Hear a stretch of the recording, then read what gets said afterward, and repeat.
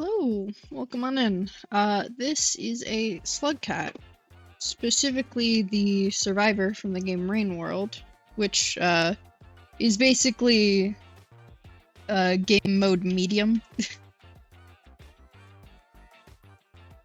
And then, there's two other characters, the monk, which is like easy mode in quotes, and hunter, which is supposed to be a harder mode.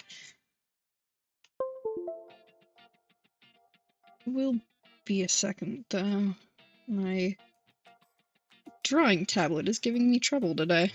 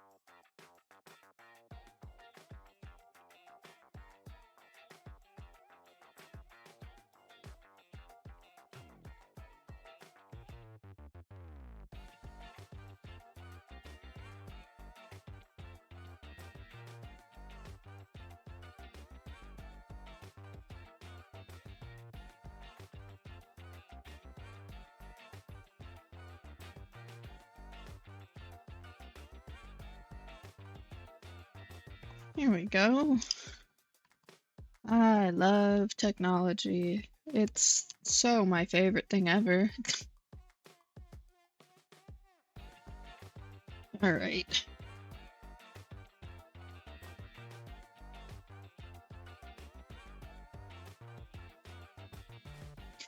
Now, I did have intention to drag in a drawing I did of the little guys traditionally, and then work off of that, but I forgot, so that's not happening.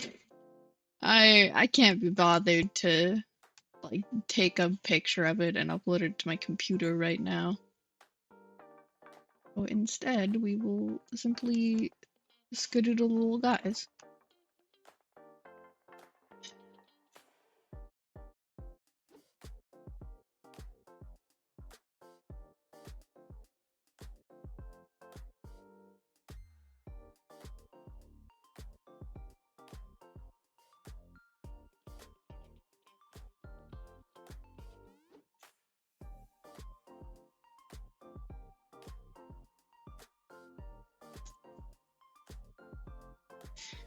Okay, now I need to fix this. This is jarring.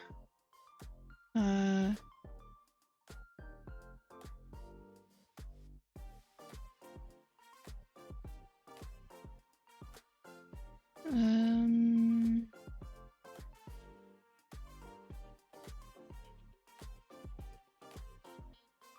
yeah.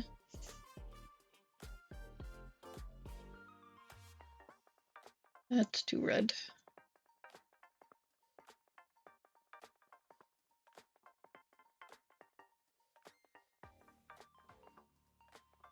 Less eye bleeding. Wonderful.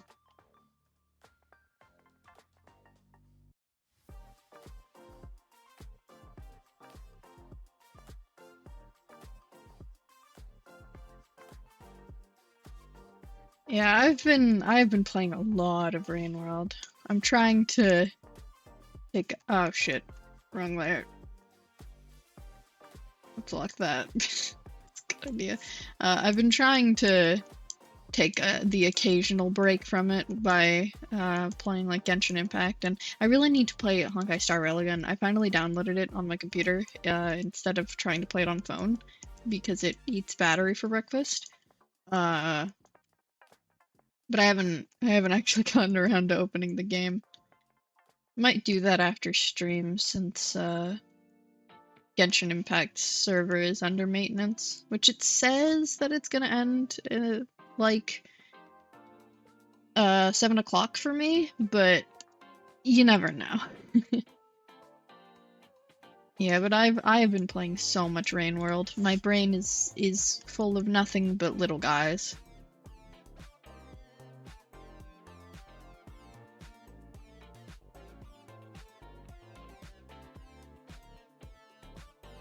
Oh, that's why it looks so weird. I'm using the wrong brush. Oops.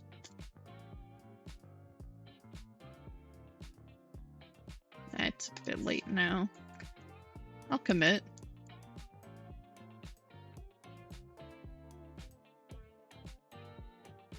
For basic context, this is a Slugcat. A lot of people call them scugs, because merging cat and slug together. But they are the playable characters of Rain World, which is an exploration sort of Metroidvania-esque game. Kind of. So I think the selling point of Rain World is definitely the environment and the creatures, because it's like full of like creatures that run off of AI, the cool kind, not the cringe kind. I think I've detailed this before, but whatever. Which basically allows them to act semi-intelligently within the game structure, which is really cool, because it leads to really interesting interactions between the player and the creatures around them and stuff, especially with more intelligent creatures, like, because there's lizards, which are a little stupid sometimes. They're silly little guys. They're very vicious, but they're silly little guys. And then there's things like the scavengers, which are, I'd say, quite a bit smarter than most of the creatures you find in like out and about and such. Like they're meant to be the intelligent species that you run into. They got like society stuff going on and all that. Kind of. It's hard to explain quickly. But they are simply little guys as well. Pretty much everything in this game is a little guy. Like, just certifiably, if you look at something, even if it doesn't immediately seem like a little guy, you can probably make it into a little guy without too much difficulty.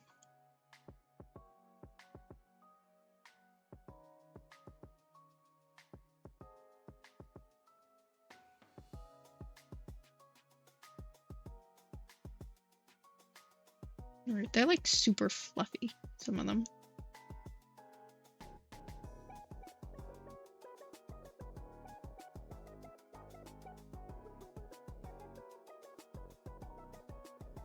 Anyways, I'm getting distracted. I'm not here to dress scavengers. Not yet.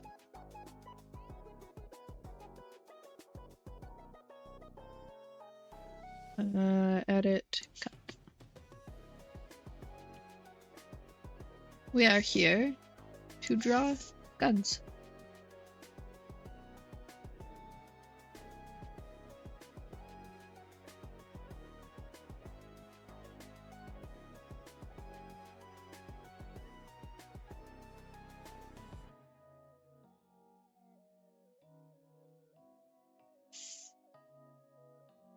They're fairly simplistic, which I think is a very good thing, because they sort of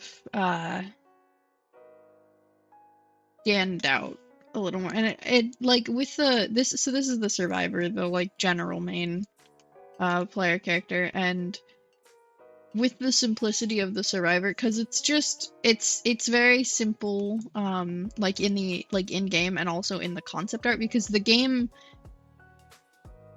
is very like pixelated, I guess. But like in the like art you'll find in other sections of it where you get to see the character, uh it's like it's just a little guy, pure white, with solid black eyes, no interesting details here or there, simply Slugcat. And I think that is very nice for like a just a basic character. Especially because generally, like, your character's design isn't the focal point of the game. Like, you want it to look appealing, but it's not like why you're here. You know, you're paying more attention to the creatures in the world around you than you are what you look like. So I think having it be like something that has good contrast with the world around it and is simplistic is a good thing because it's easily recognizable. And I don't know, they're little guys. What's there not to love? Simply little guy coded. Oh wait, I should give him a bat fly. That's genius. I literally did that already. Because I'm gonna give them all something different to hold. Because there's a lot of Slugcats. There used to only be 3 with well, I guess originally there was only Survivor, and then the Monk and the Hunter were added. And then a DLC called Rainpour was added. Rainpour. A DLC called Downpour was added into the game after basically a bunch of, or like a group of modders who really liked the game created something called the More Slugcats mod, and like nearing the end of its development, Video Cult, who made Rain World, were like, hey, we think this is really cool. What do y'all think about making this official game DLC? There was more to it than that. I haven't like properly looked into it, but it was originally a modded like version of the game, and then it got like some minor adjustments from Video Cult dialogue and storyline wise, but pretty much the entire thing is mostly done by the group of modders. And it is now official Rain World DLC called Rain World Downpour. And it's added more Slugcats, as the mod name would suggest. So it adds the Artificer, the Gourmand, the Spearmaster, the Rivulet, and the Saint. So it adds five extra Slugcats. So I got 8 of these little guys to do, because I'm gonna like go off of their general like actual in-game design, I guess, their canon design, and then screw with them a little bit because I like character designing. I find it to be very fun. So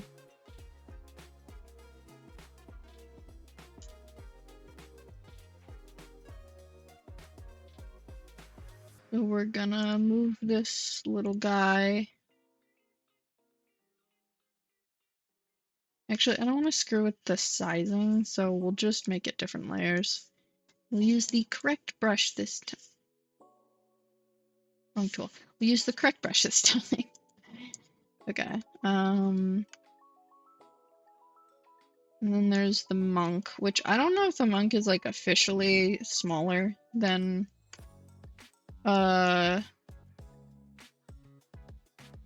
the survivor, but I like to imagine the monk as a little like closer to the size of a slug pup, which a slug pup is just a baby slug cat. They're adorable. They're so tiny.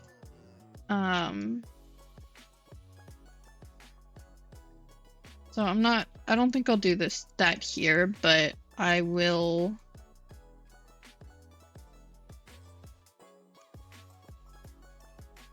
add into that more when redoing them my own way.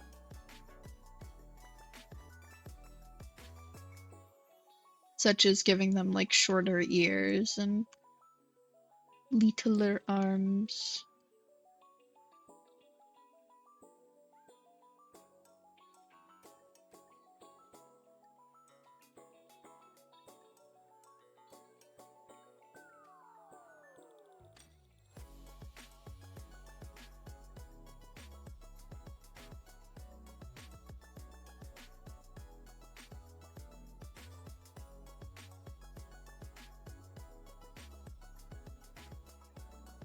Yeah, I've been having a lot of fun with this game though, because like it's definitely not an easy game, that's for sure. It's I don't think the skill floor is like super low, but it's not like aggressively high either. And then the skill ceiling definitely can get up there. You know, there's a lot of improvement to be had when playing this game. And I've been having a lot of fun getting that improvement. Because I'm not like super good at it yet, but I am getting better. And I've been able to recognize that simply through like general game progression of like moving between areas and learning how to deal with enemies and getting better at dealing with enemies. Because, you know, I started off the game pretty much terrified of everything around me and not really going anywhere. I kind of just stayed in the same area doing the same thing over and over for a little while. And then eventually I properly recognized how the game functioned and was like, oh, me doing this thing isn't progressing the game. So trying to be vague about it because I don't want to like spoilers anyone. Because like as much as these are generic game mechanics, it's fun to go into this game blind. You don't have to, but like going into it not knowing a lot about what's happening or what you're supposed to do next is like half the fun.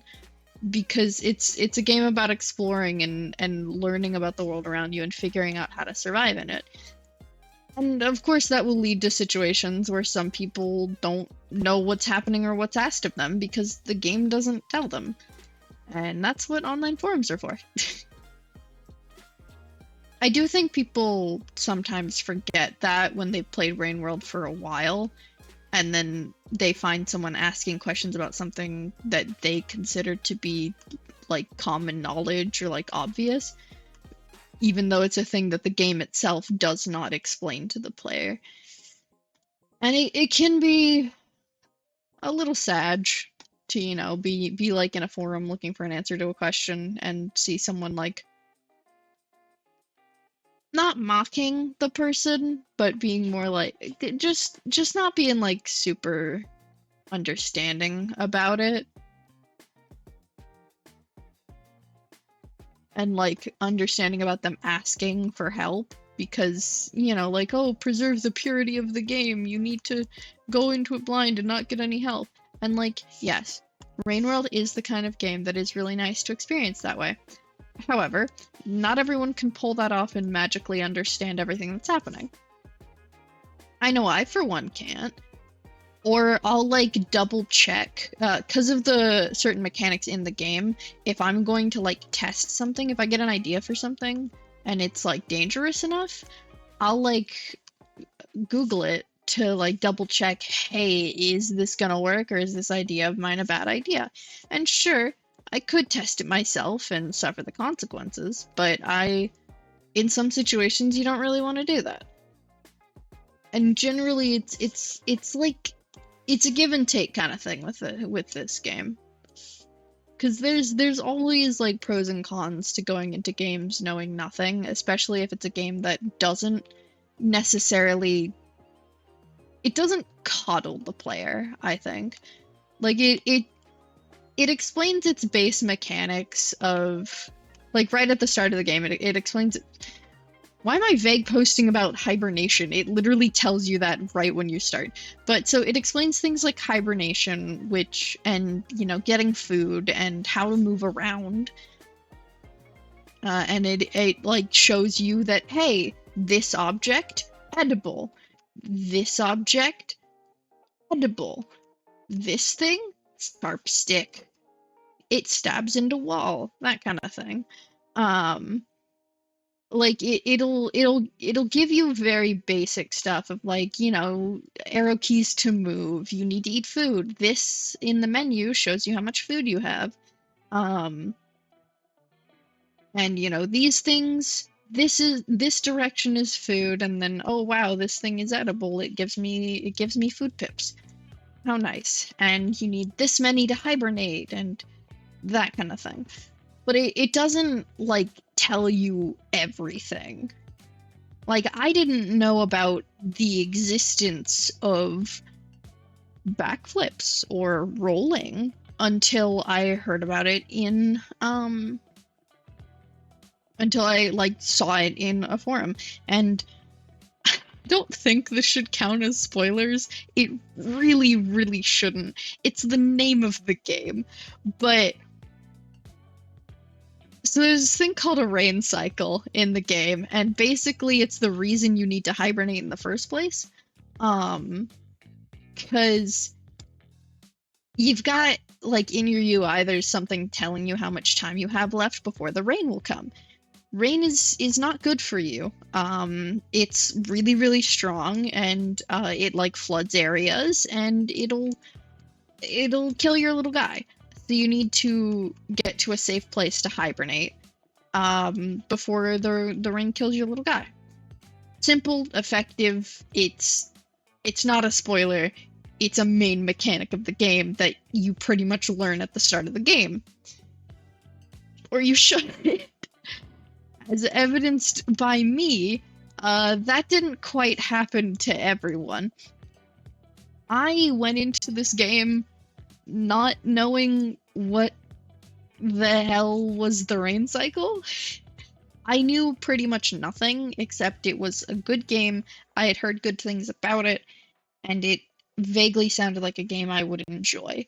And so I I got the like, hey, you need to eat food and hibernate thing, and I went, okay, well, there's scary creatures that are trying to hurt me, so I'm going to try and hibernate as quickly as possible. And this was back when I was, like, staying in the same area all the time. So I found a consistent way to try and stay, get food really quickly and get back to my safe space, like my safe spot, really quickly. And I got really good at it really quickly. In fact, so quickly and so good that I never encountered the rain. And, like, when you get, like, okay, there's literally a blatantly obvious timer in your UI that tells you when the rain is coming, and there's, like, at certain points there's, like, other things that will indicate to you that, hey, it's about to start raining, you better get somewhere safe. And I think I encountered the you better get somewhere safe thing at one point, but I assumed it was, like, an enemy showing up or, like, getting close. It wasn't. It was just the rain. So I hurried back to the safe place because I had enough food to hibernate. I did not find out that the rain was a thing until, like, 2 days of playing the game, when I googled some things and people started talking about a rain cycle, and I'm like, what is that? So I googled it and went, oh no. And the game managed to get scarier. Because suddenly I realized, oh wait, this thing in the bottom left corner of my screen, it's indicating to me impending doom? I didn't know that. There's a timer? I find it incredibly funny. Just the the response I had literally just being, uh-oh. Like, I said that out loud when I read it.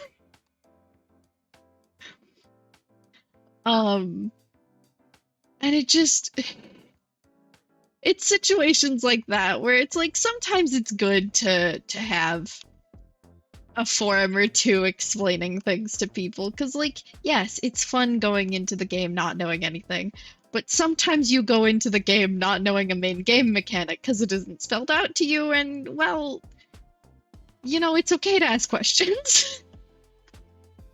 Less the rains down in Africa. So true, bestie, so true. Welcome, Sheaf, into me hyperfixating.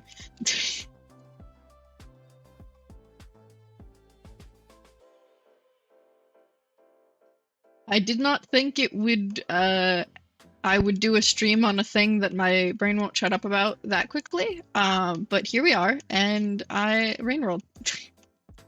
I present to you some little guys.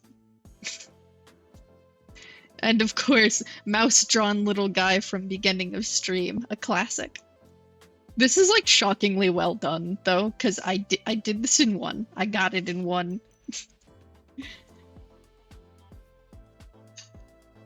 Now the real problem is I'm trying to recreate like poses I already drew for these characters traditionally, so it's not gonna go well.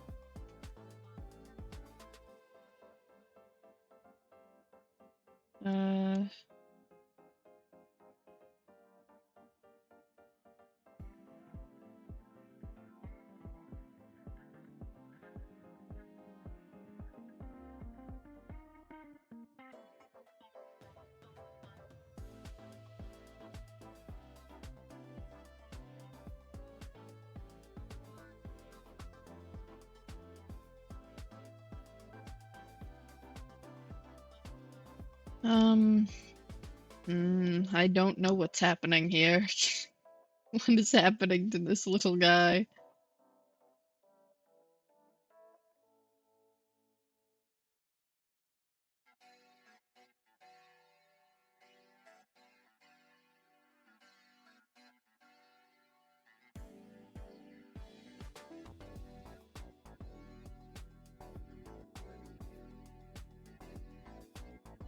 There we go.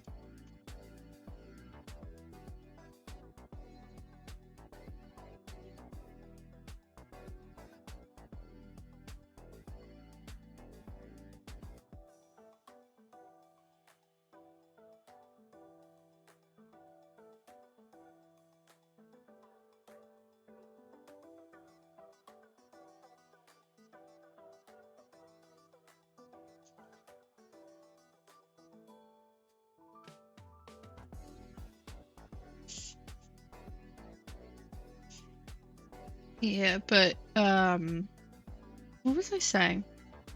Anyways, yeah, so the game is really fun. And definitely a very fun experience not knowing what's going on, but it can be a little silly sometimes where, you know, you find out the simplest of things a couple days too late.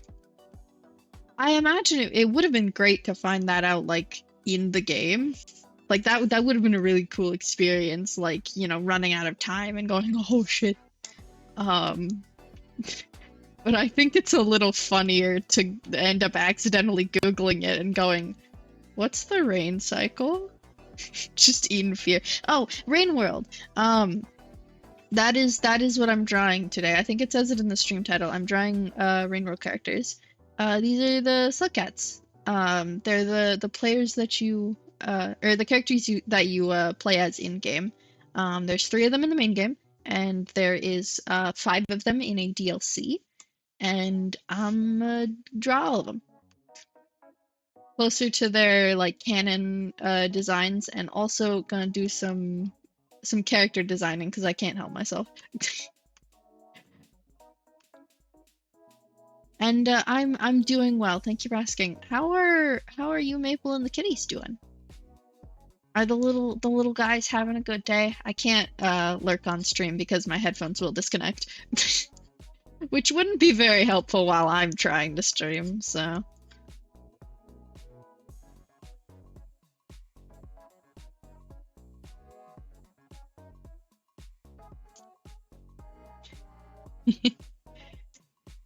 Yeah, it's a very cute game too, 'cause they're just little guys.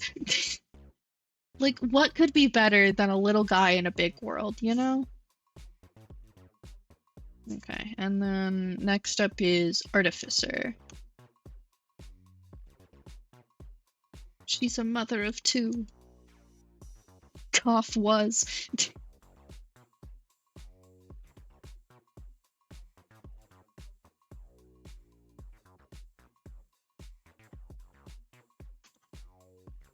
Actually, okay, I think for the sake of, well, what do we have so far? Because I know these two will be pointing at each other, and that one's looking away, and then... So maybe I'm trying to do a group composition shot without having the group together. This is, I don't suggest.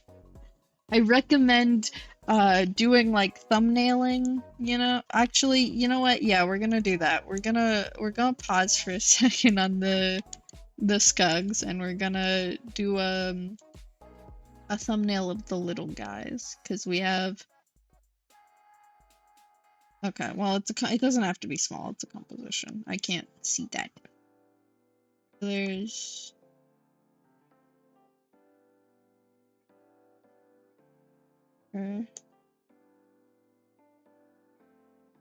Oh, okay. This is going this way.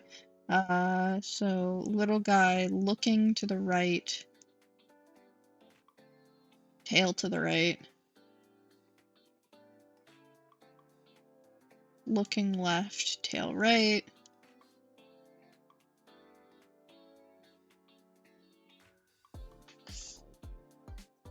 Well, honestly, I don't know. We'll see.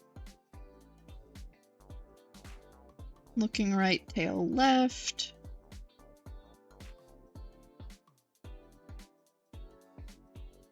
That is a rabbit.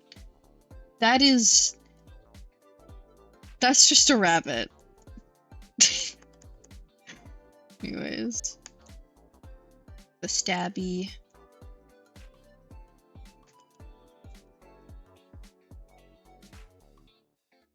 The butterfly, or batfly. Blue fruit. Oh, how about...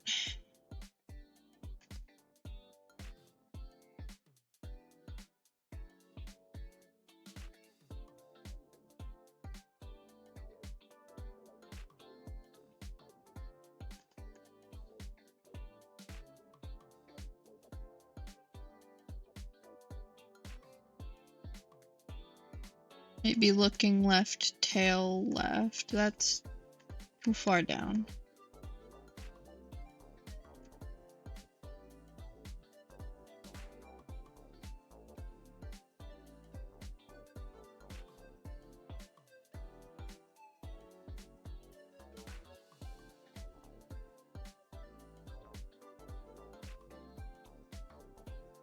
And...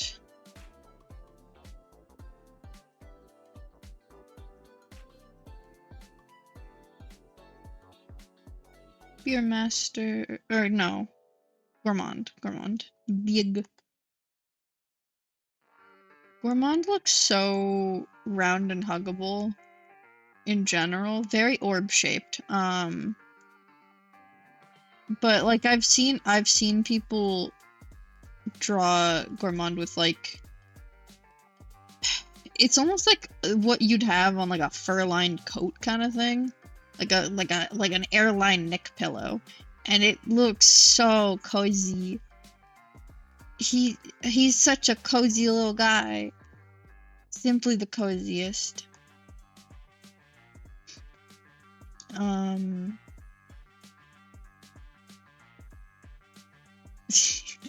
could have Spearmaster be the like hanging in their cat.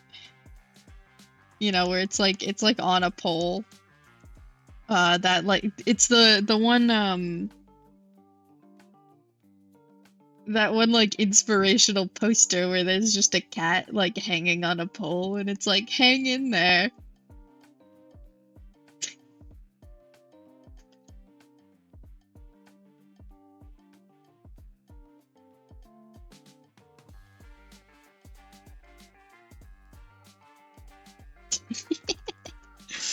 Okay.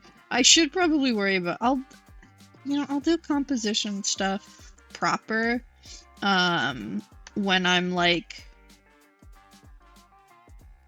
doing it with their like me designs instead of just their normal designs. And then I can like transfer it over.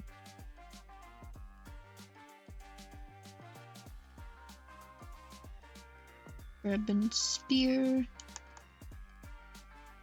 Yeah, but very, very fun game, very cute designs. I'm a little scared of everything all the time. I was planning on playing Rain World before stream, because I got home and wanted to play it.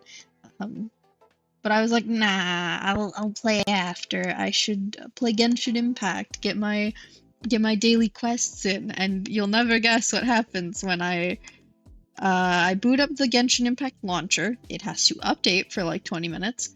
And then I launch the game and I click start. And then I'm told that the server is under maintenance. Because there was a new, like, we've entered a new season kind of thing, I guess, and so they're maintaining the server to make sure everything works, and it won't be done, it started before stream, and it won't be done until, like, 7 p.m. for me, so basically after stream. Or, like, right before it ends, but the thing is, it's not, like, guaranteed it'll be finished then, so I may have to wait even longer. Sobs cries. I can't see my beloved silly little characters. Play it on stream? Yeah, I've actually been thinking of doing that, but I'd probably want to do that, like, in the future, as like a going back to it thing once I've already finished all the storylines myself. Because this is, for me personally, it's the kind of game where I want to play it on my own. Because I'm not necessarily the kind of person to rage quit, but I'm also not the kind of person to force myself to do something if I'm not having fun with it. And with the skill level I am in Rain World, sometimes I make bad choices, and then I get a little sick of my bad choices. Like, I'll rush when I don't need to, and then get myself killed, and have to do, like, a bunch of things all over again because I reset to my last save point, which, not on the game at all. That's just me being a dumbass. But I at one point I made the exact same mistake 3 times in a row, and so I just I had to take a break at that point, because I kept jumping into the same hole instead of over it after, like, taking 5 minutes to get to the hole. So I think until I'm better at the game, I'd want to keep it to myself, and then maybe like, I want to finish all the storylines too, because it's a very fun experience, but it's a game where I'd have to have a lot of chatter, because there isn't really, like, much dialogue usually, ever, really. Kind of. Spoilers-ish, don't worry about it. I mean, I haven't gotten through most of it, to be honest. Like, I'm not all that far into the game, all things considered. I've spent a lot of time just wandering, and I also, like, managed to skip 2 entire sections of the game by accident, because it's not like a linear kind of thing. It's just I managed to skip past 2 whole areas. And I noticed when I hibernated at one point, and a little meter on, like, a thing I had progressed skipped 2 dots. I was like, oh shit. Whoops. Yeah, that's why I don't try to 100% games, because when I do, then I get bored of the game. Yeah, I understand that, I really enjoy 100%ing games, and I think I would on stream too, but It's just Rain World specifically. I do so many dumb things in the game. Just like general progression stuff. I jump into so many holes. The countless amount of times that I have just curse splatted on the ground. Poor little guy. Who is— oh, right, Rivulet. Right, because I don't have to keep them in the same— yeah, I was gonna have Rivulet be like water in the water, because Rivulet is the aquatic Slugcat. Little axolotl, little guy.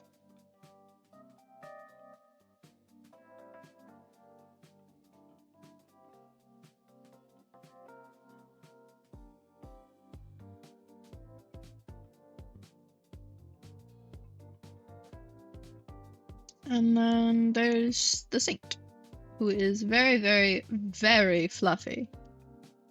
Like all the Slugcats, it's like questionable if they are slug textured or cat textured. Not with the Rivulet. Rivulet, not with the Saint. The Saint, it is very blatantly obvious my boy is fluffed up to the nines. And also has a frog tongue for some reason. I have no idea.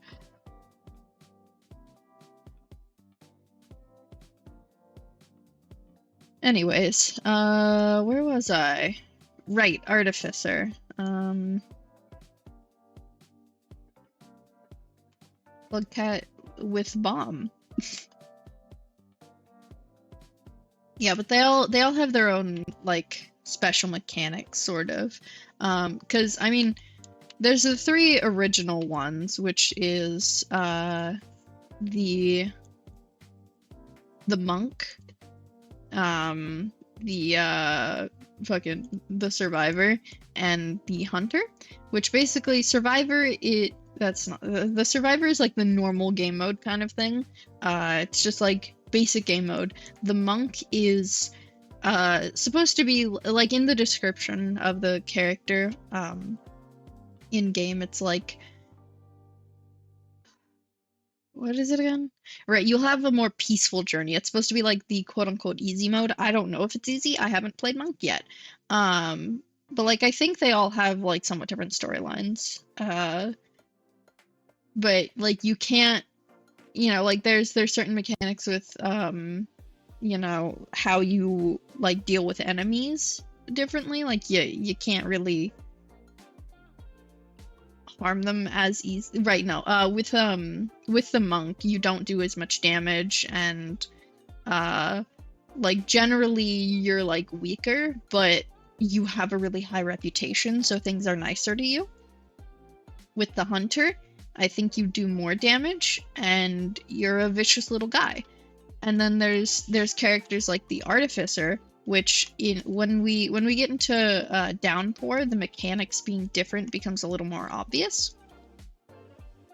Because like there's the original main three, and then in Downpour the like Slugcats have their own like specific mechanics, like Artificer, which I haven't played through any Downpour stuff yet. I believe Artificer is like bomb themed.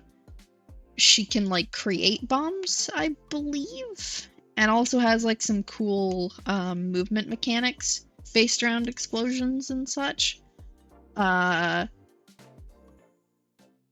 think the Gourmand is able to like store a lot more food for hibernations kind of thing. My guy loves food, good for him. And there's like interesting mechanics with like, they played with the fact that he is big Slugcat, very round, very large, and also like weighs a lot. So you can like crush enemies by jumping on them. It's really cool. He's also in game like so round. It's the best thing ever. And there's like Spearmaster, who's able to create spears, which spears are the sharp sticks. It's your weapons in the game, kind of pretty much. And so but like Spearmaster's able to make spears, so you just kind of have a constant supply of spears, which is really useful. Got the emulator I wanted to use to work, but now I'm currently speedrunning through again to get where we were at. Oh no. Hurry, hurry! You gotta get there fast! You don't have much time! Yeah, I gotta get that going before stream starts. RIP. But the Spearmaster is able to make spears and also dual wield them. The other Slugcats can't do that. They can only hold one. I'll be honest, I have no idea how much of this is spoilers and how much isn't, but I mean, I'm talking about the DLC now, so, you know, it's the only, you'd only buy it if you, it's the kind of thing people would only buy if they, like, enjoy the game, and, oh well. Sucks to suck, this stream will probably have spoilers. Because I can only remember if something is a spoiler so well. But what else? There's the Rivulet, which is aquatic slugcat of the group. Basically, I mean, other people have described the Rivulet's campaign as Survivor but faster. You know, like your cycle is shorter, and the Rivulet has a lot more movement options. It's able to swim a lot better. It has better lung capacity. Bro is zooming kind of thing. Which is necessary to be able to survive in a situation where the like cycle is a lot shorter because you don't have as much time to like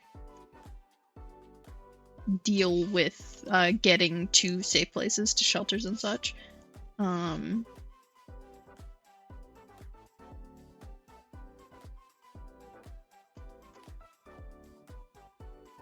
And then there is the Saint, which I don't know too much about, but I know that the gimmick of the Saint is the frog tongue, which you can use to sort of grapple to places, which sounds so nice.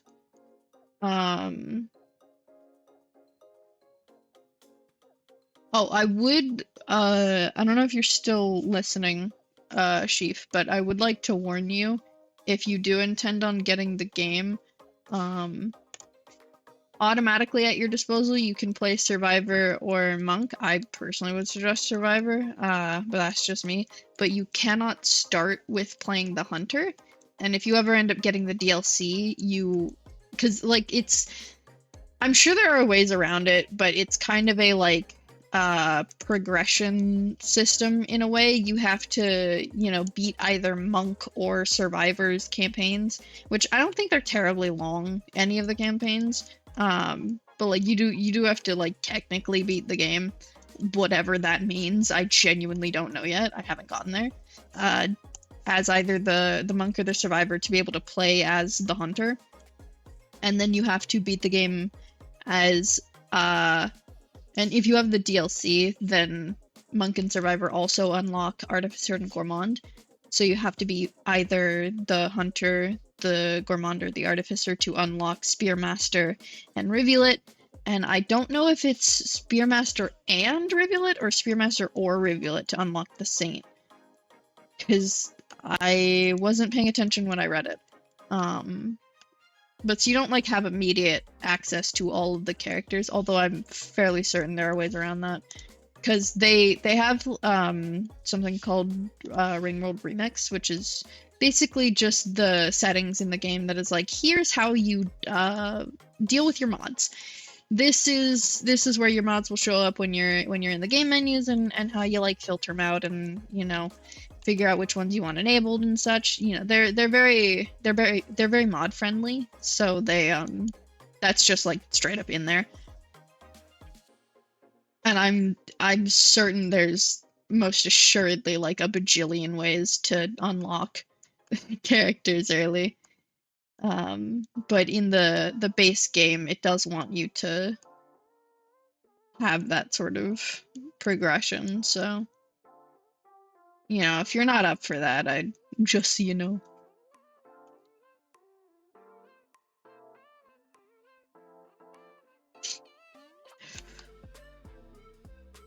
Artificer is so funny. It's like I'm not entirely sure how the mechanic works, but bro eats a rock and it becomes a bomb.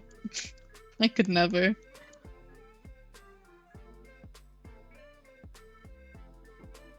I am very excited for once I eventually finish the Survivor campaign, because I haven't started Monk yet, because I want to just finish off Survivor, and then I'll start like doing multiple playthroughs at the same time, kind of thing, because it saves based on the Slugcat, so like your save states are you have one for the Monk, you have one for the Survivor, that kind of thing.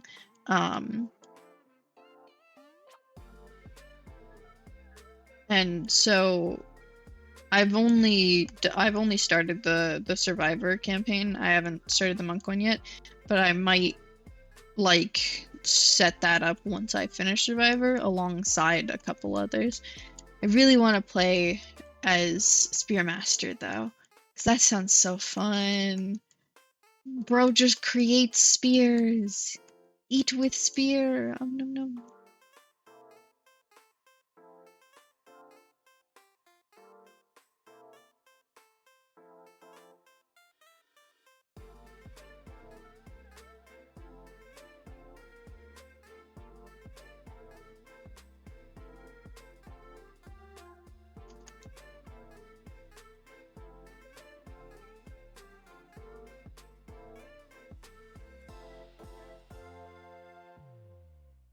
Oh, what else I have to talk about with the game? Because I haven't really gotten terribly far. Okay, yeah, I think certifiably we're perhaps entering spoilers territory. Cause boy, I want to talk about the enemies. Motherfuckers. These little shits. Yeah, yeah, of course, of course. If I'm suggesting a game to someone, I want to make sure that, you know, if they actually like spend money on it or like start playing it, that it, you know, they know what they're getting into somewhat and might enjoy it.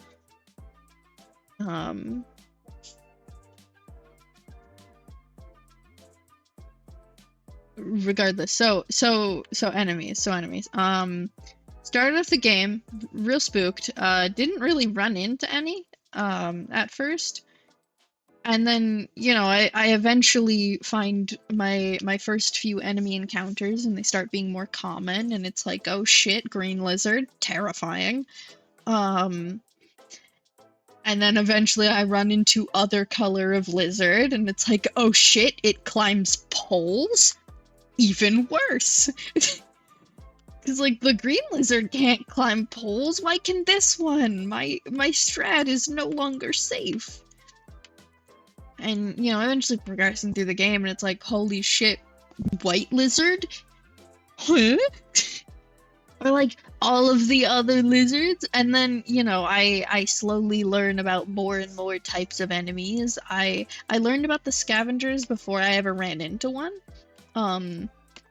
And it's a little spooky running into them, because it's like, are they gonna attack me? Are they not? Are we chill? Are we enemies? I don't know. And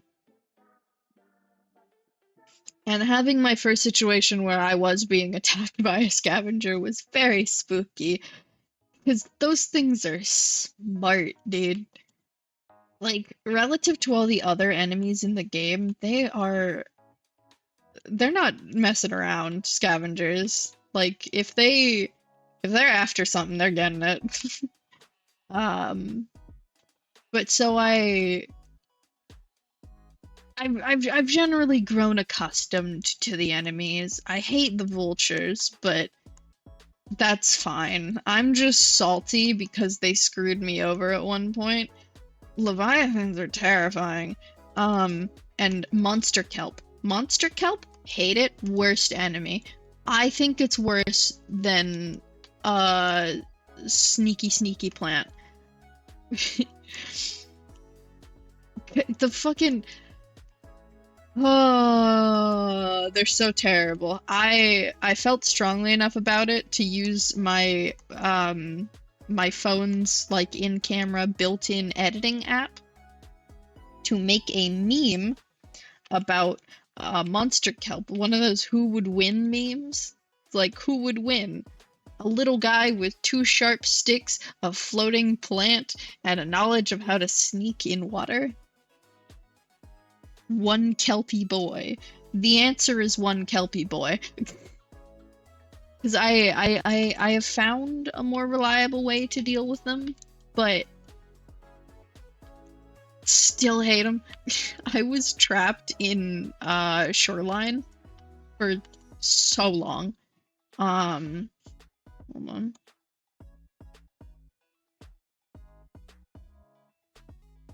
Hold on. Let me just...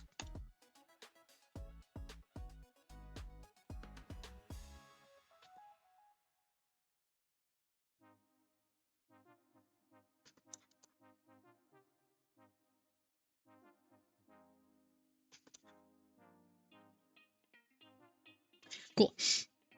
But I was trapped in Shoreline for so very long.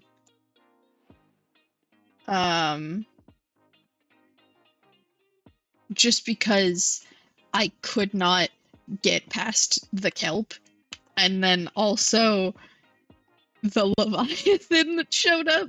Because enemies aren't guaranteed to show up in places, usually.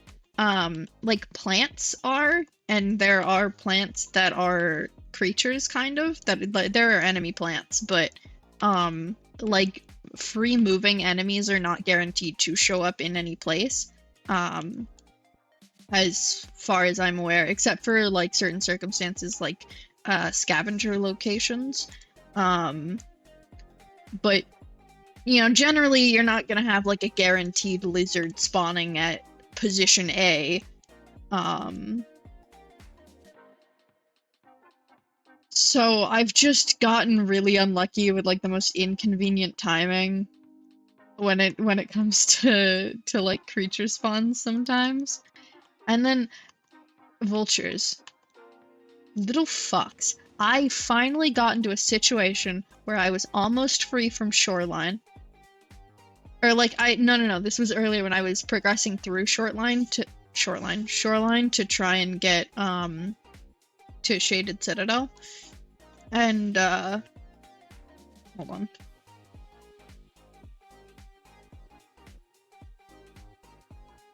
Okay. To try and progress through to get to Shaded Citadel. And Shoreline is a Tarkov map. Ooh, how fun. And I so mad. Vulture came out of nowhere, beat the shit out of me.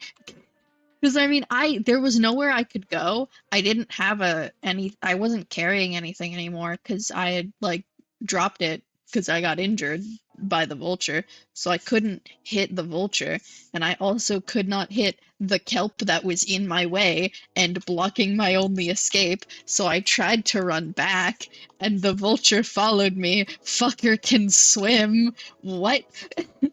Like, bro went into the water, which, considering it's a bird, I don't think it should do that. Like, they only show up in places where I don't know, man. I don't know. I mean, I guess it makes sense, but I still think it's fucked up. I still think it's fucked up as hell.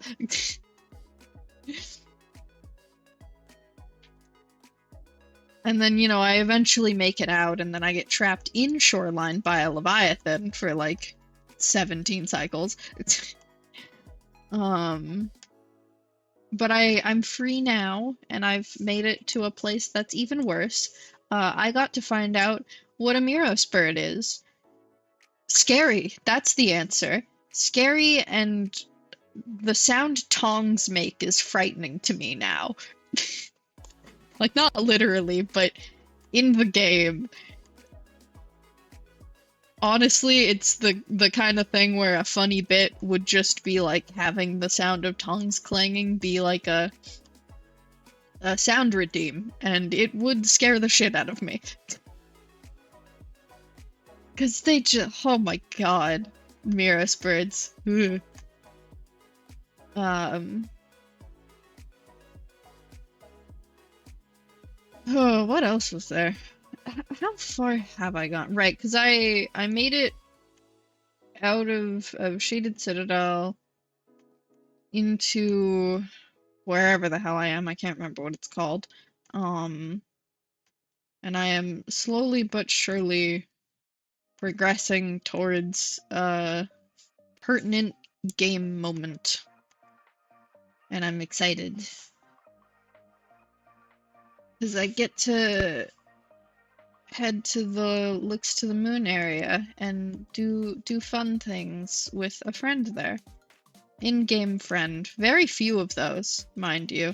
There's not many things in this game that are your friend. Scavengers can be, if you're careful. And a little bit lucky. But, you know, generally, you're a little bit alone.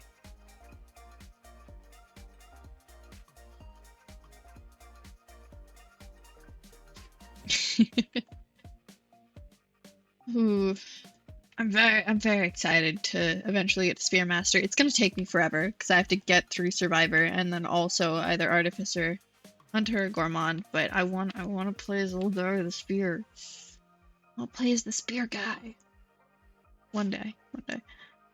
I do not like what is happening here, and I don't know how to fix it. Something is not right.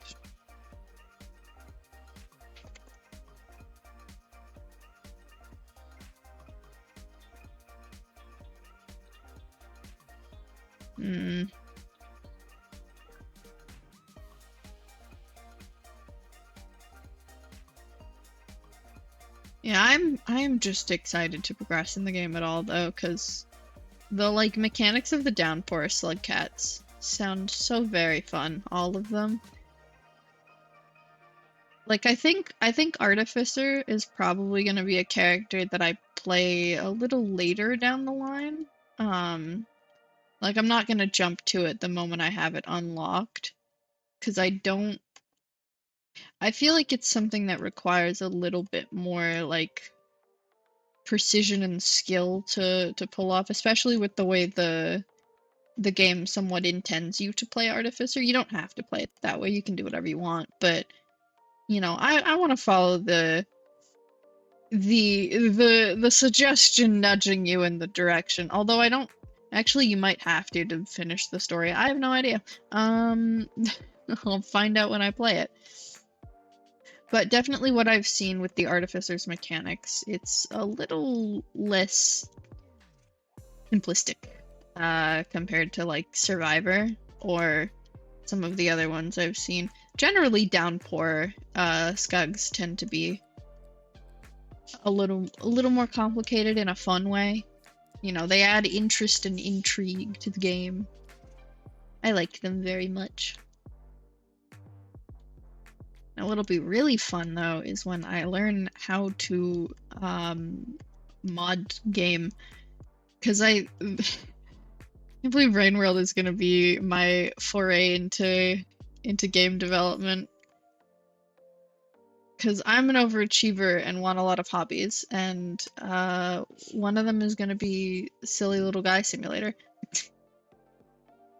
No, but I've been thinking up some mod concepts, and as much as there is like a modding community that I could like go to and work out the details and, you know, find like someone who's experienced in modding and be like, hey, let's make this. I'll do the art stuff, you do the techie stuff, we work together. I want to do it myself.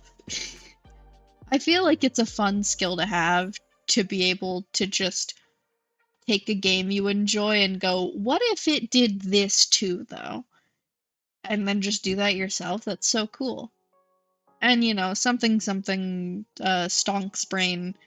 If you make games yourself, if they're good, money.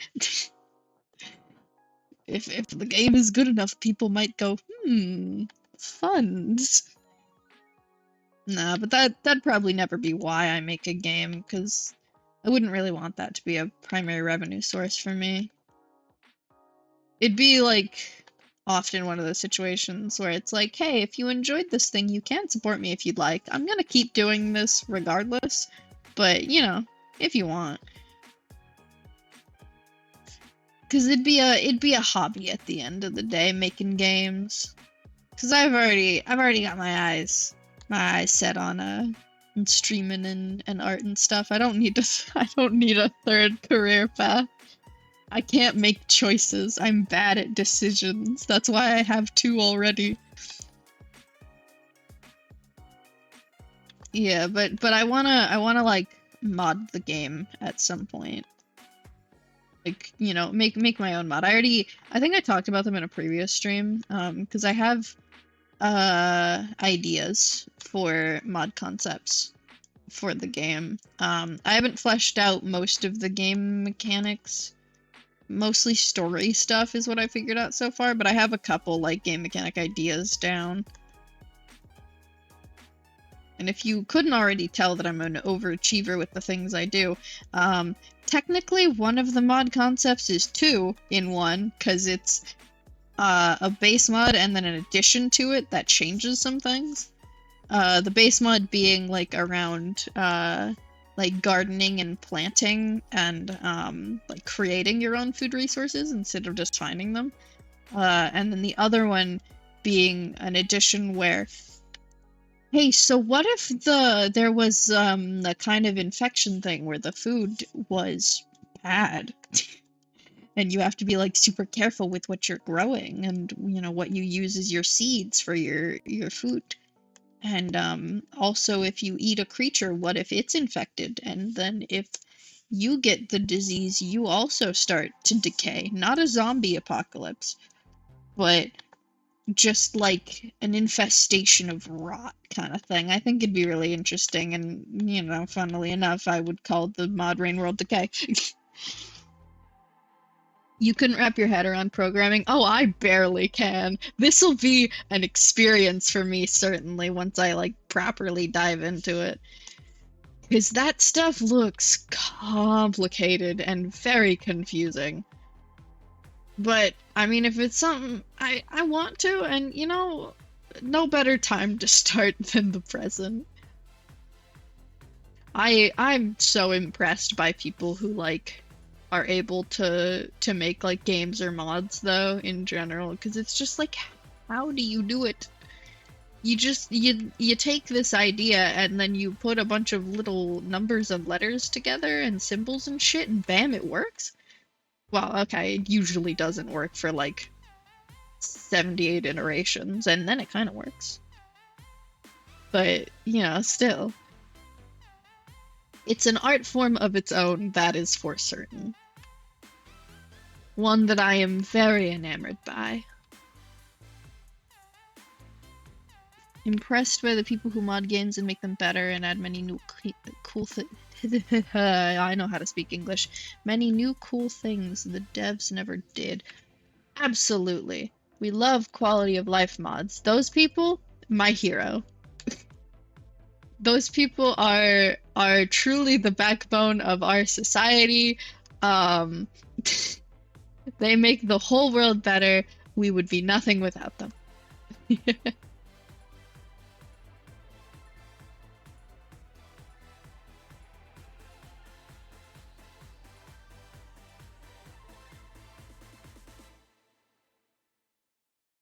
Nintendo would absolutely never listen. No, Nintendo is in fact breaking the backbone of our society. God, Nintendo is the worst, though. Never have I seen a more anti-consumer game company. Mainly because I haven't been looking. I'm sure they're out there, but still.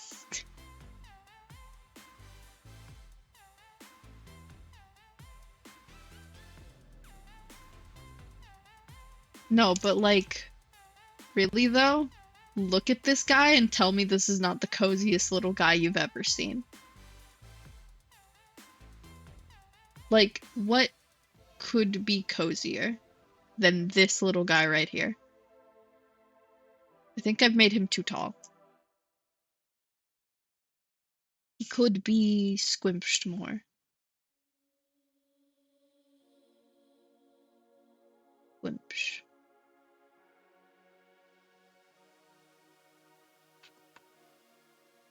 Actually, I think I like this upper part, so let's make this lower part smaller. We squimsh him.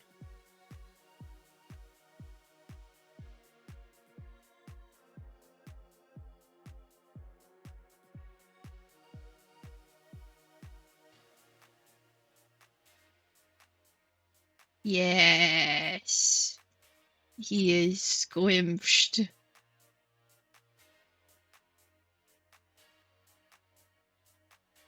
That is a round-shaped boy. Oh my god.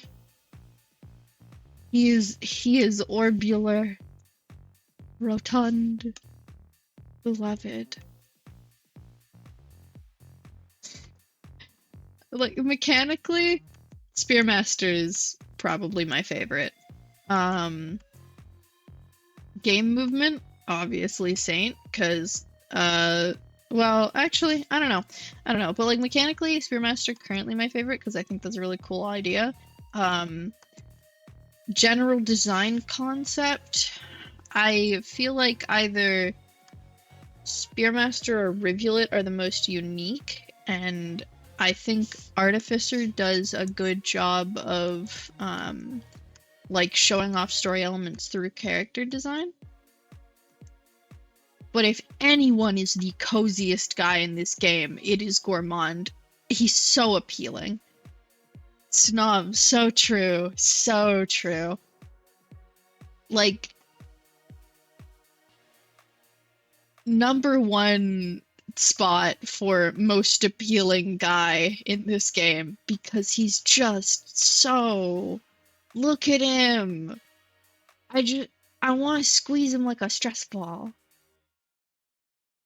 I wish to strangle him affectionately. It's like you see a cute stuffy and you grab it by the neck and just fucking crush it, that kind of thing. You like shake it around a little bit.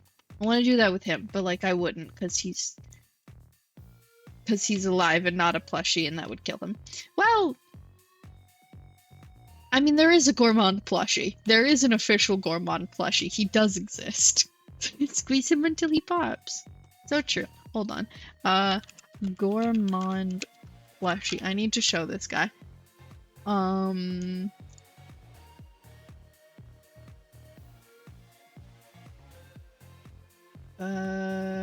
Save images. Okay.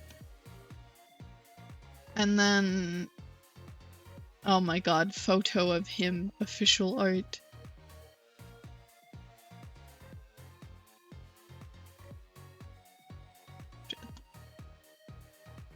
Okay. So if we open my files and then we go to, I believe it's in references? Yes, okay. Insert as new layer. Look at him. He's real. And he's squimshable. He's simply so. And this is official art of him. He looks so cozy. He's so comfy. How does he do it? Like, unironically, I do actually kind of really want this plushie. Like, I do not intend to buy it, but I could, and it haunts me that I will not ever have him.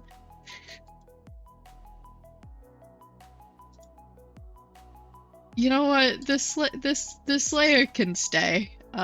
He can chill up in the corner. He's friend-shaped. There we go. Okay. Like, he's just a little guy. Where was I? Artificer, Gourmand, Spearmaster. Alright, the stabby little guy. Apparently Spearmaster is the lightest of all the Slugcats, but you don't really notice because it's weighed down by its tail, which is significantly larger than any other Slugcats because it makes spears. So it's very big, and it's got like a bunch of spots on it. Because those like spots are where the spears grow from. Because they're like organic. Which is part of the character's main game mechanic. Which is the growing spears, but also I believe Spearmaster can't like eat normally like the other Slugcats. You have to spear the food, and then the nutrients will be sucked in through the spear because it'll like stay attached to the tail until it gets too far away and disconnects. So there's a little guy, and he's. Oh, I'm very tired. I have not slept super well recently. My brain is a little fried.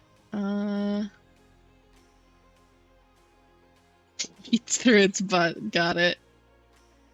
Well, okay. I mean, it's more like one of those creatures with a proboscis in spore, which. Yeah, never mind. No, those people put those on the butt too. Yeah, pretty much. It is freaky though, because it's just like you just have this like organic like needle growing out of a massive hole in its tail, and then it like gets detached and it just has a like tube keeping it connected, and it like stretches and then stabs something and then feeds through that. Ugh. Gross. Incredible.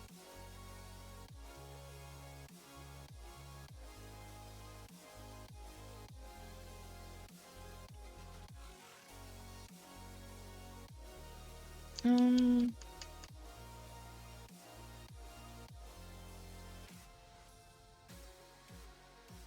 Perhaps an eepy little guy.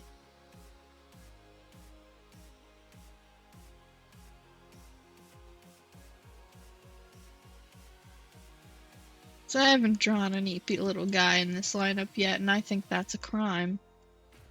You have to draw an eepy little guy. It's Rainworld.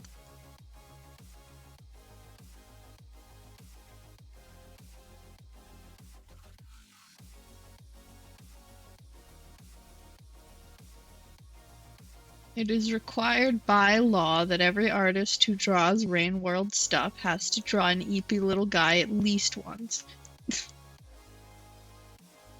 I mean, that is a main art piece in the game for every little guy. For every single scug, you got a eepy drawing of official canon artwork. Because that's what you're shown when you hibernate. I don't actually know what Spearmaster's sleep art looks like. I've only seen I think I've seen survivors, obviously, but I think I've seen the monks and the hunters, maybe artificers, and I mean certainly gourmands. I just showed him to y'all. Deku Tree died again. No, a travesty. I'm heartbroken. Oh, boo-hoo, it's gone. Anyways.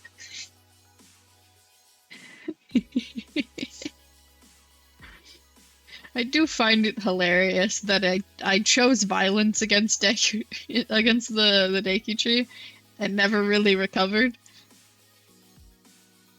I don't know. I found an enemy and I can't let go. I don't think there'll be a to lovers in this story. A travesty, truly.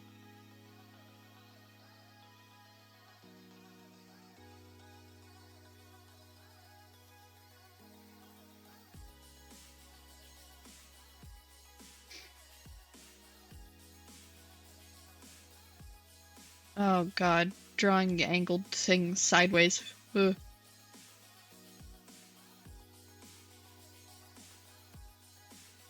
Yeah, because the holes for it are like in official stuff, they're just circles, but I kind of want to draw them like angled because I don't intend to have the spear end be a circle, but more like I want it to be more like shaped kind of like this. And so like this would be where the connection point is, so it'd look a little more like that. Which I guess that doesn't have to have angles on the side, it can just, yeah, that works, okay. I understand what I'm trying to do now.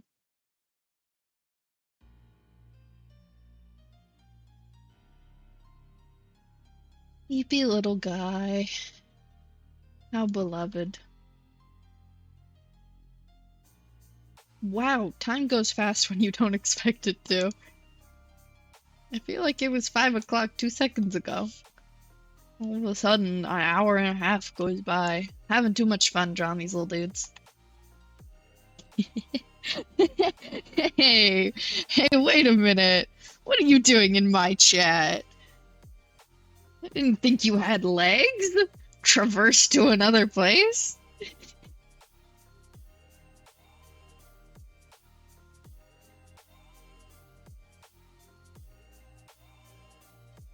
Oh, this is tragic. I don't have access to that on my phone. Hold on.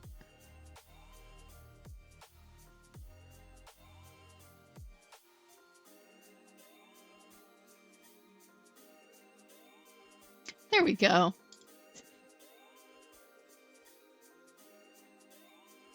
Oh, the tempt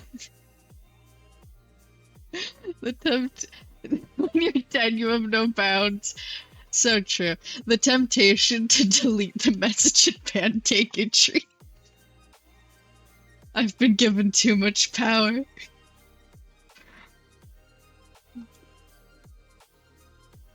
Okay, reveal it, little guy. I think the rivulet is the same size as the other Slugcats in the game, and so I will draw him as such. Draw the little guy as such here, but I know for a fact one of the things I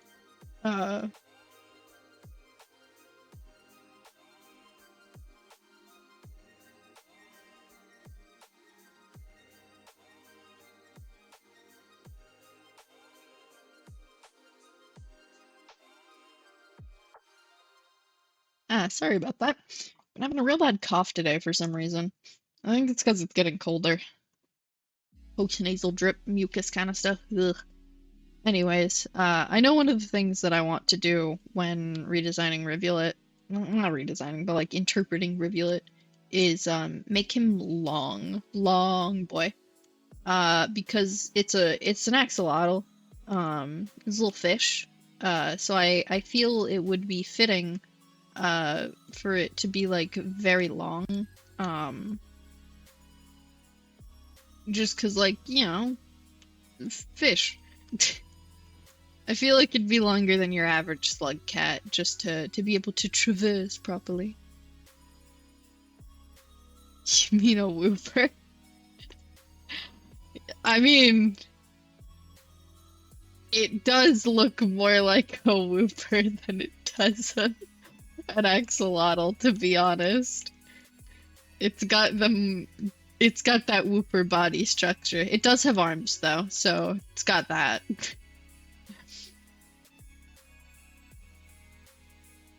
The one advantage, opposable thumbs. I think.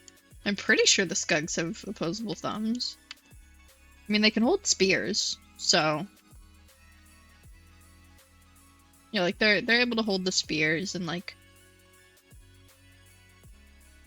little creatures trying to escape their grasp, they're able to keep a handle on. I think they have opposable thumbs.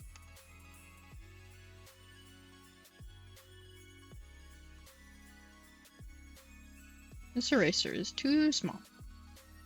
Okay.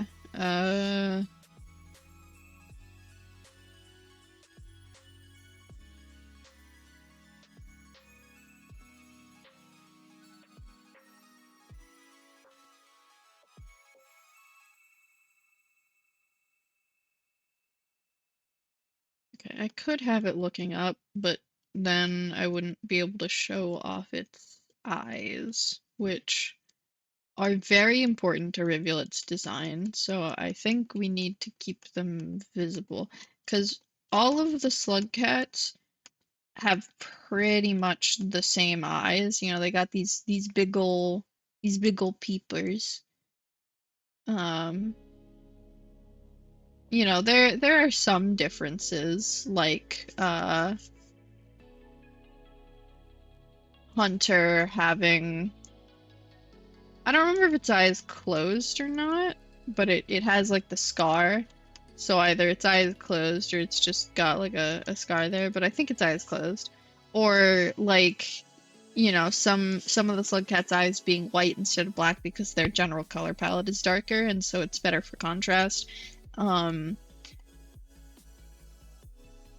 and then a lot of people draw Artificer's left eye like this. I don't remember if it has that or not in game, but there's like the big ol' scar. Gourmand's like chubby cheeks kind of thing. But it's all like generally the same base eye structure concept, except for Rivulet, who's got special eyes because he's a special little guy. And I will show those to you momentarily once I have this done.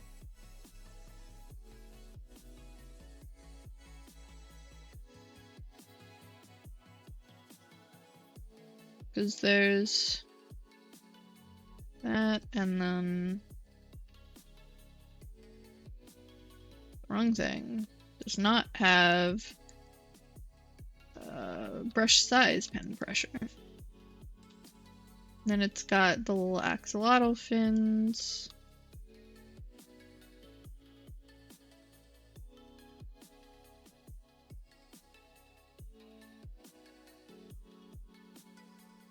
And the biggest peepers you've ever seen.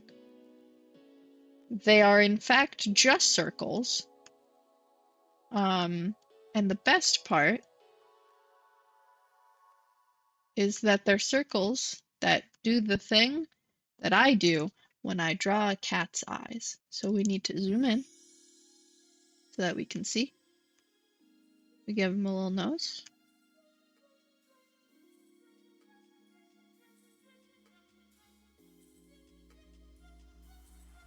And we can immediately recognize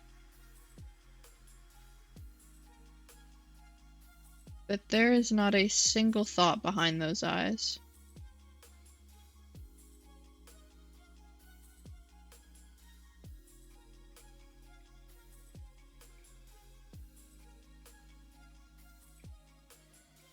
Not one. I don't think I could have drawn this better, but there are no thoughts in that head. Absolutely zero. None. Zilch. Not a single thought in that head. Thoughts? Concepts of existence? No. There's nothing. This right here, this thing right here, empty.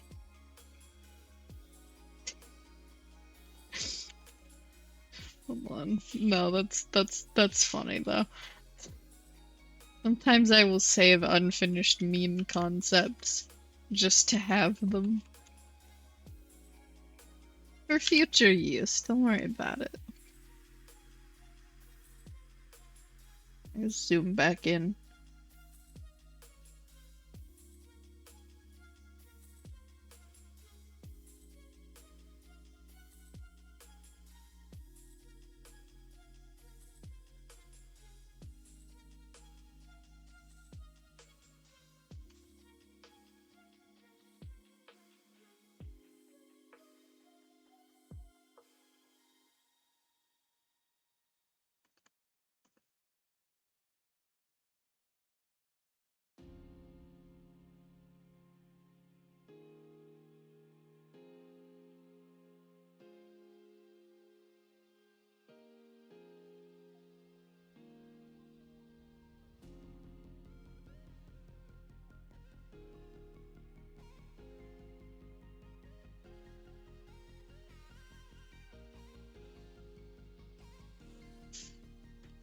And we draw a rivulet with the little orb thing that I always see with rivulet. I don't actually know what it is.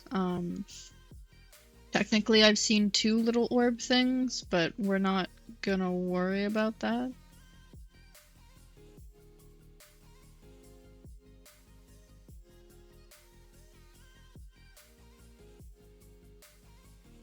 You're just a little guy. That looks remarkably like an eyeball. It's not, I promise. It's more akin to one of those, like, lightning ball things that, like, those gimmicky little toys where it's like a plastic sphere with something in the middle, and when you touch your like finger to it, all of it like centralizes to that one point. It's more like one of those. It's not an eye, I promise. It's not staring you down. Looking at you, the viewer.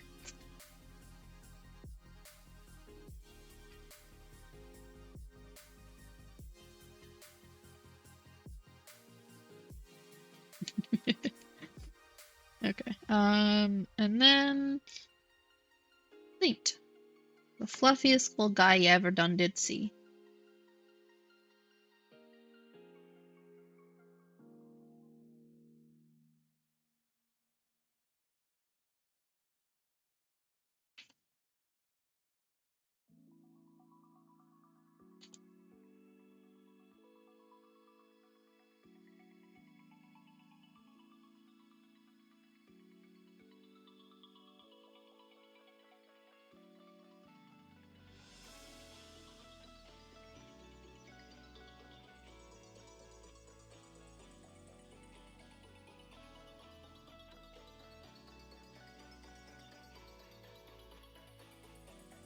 Canonically, a floofy little bean, little buddy, little friend, who is, I presume, very soft. Hold on.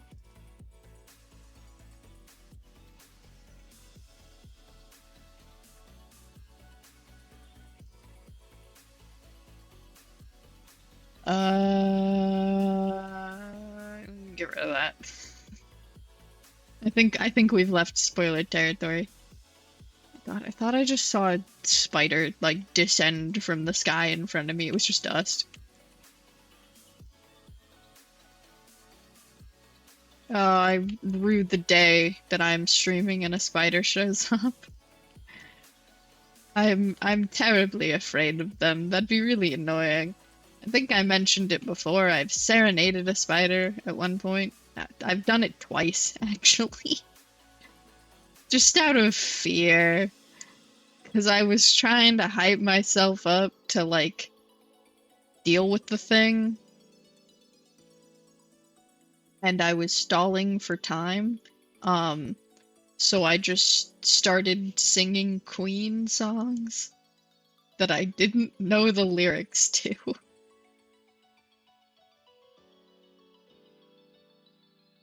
These are not straight enough.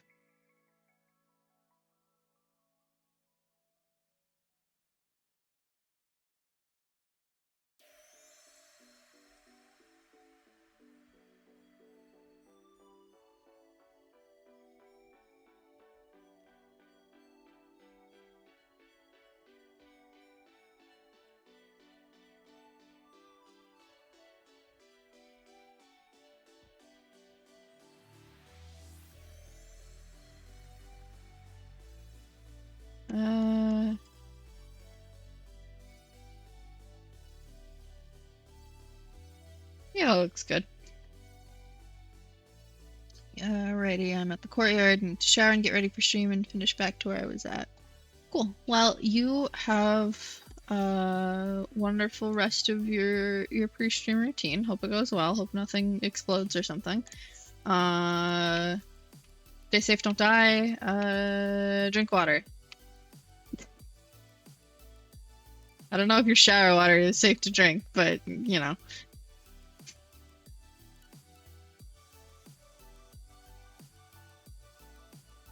Something, no dehydrating.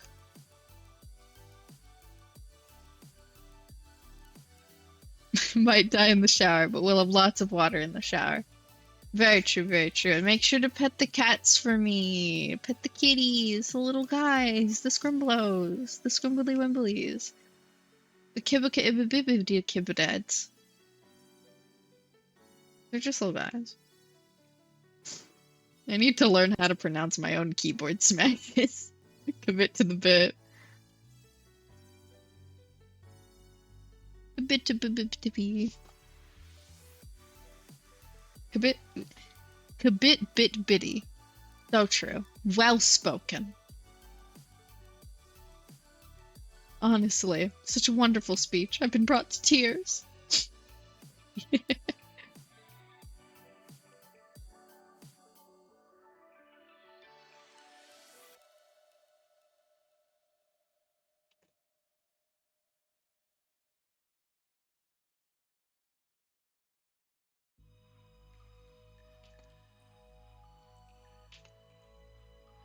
And bro is not looking.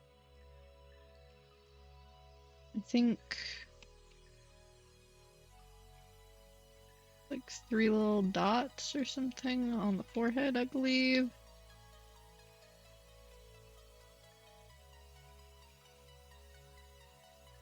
Which is kind of funny that the one small intricate like design detail is on the fluffy Slugcat.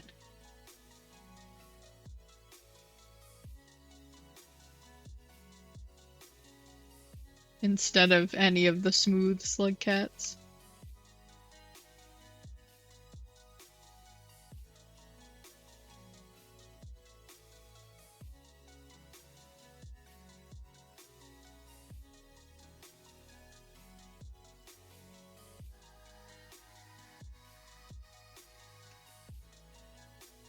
And then we just real easy, draw out a long thin tube. Classic, definitely not a difficult thing to do in art. What? Never. This is why I love the brushes that do that, because they do exist. I'm not using it right now. I have no idea if I have one in Krita, actually. I know I have one in Metabang, but there are brushes that's basically just 2 lines next to each other that are of an equal distance and stay an equal distance. And it's so nice to have. It is the most wonderful thing ever. Because it basically does this, but easy and for free. I don't think I have one currently, but I believe they do exist, so I'll have to like download one.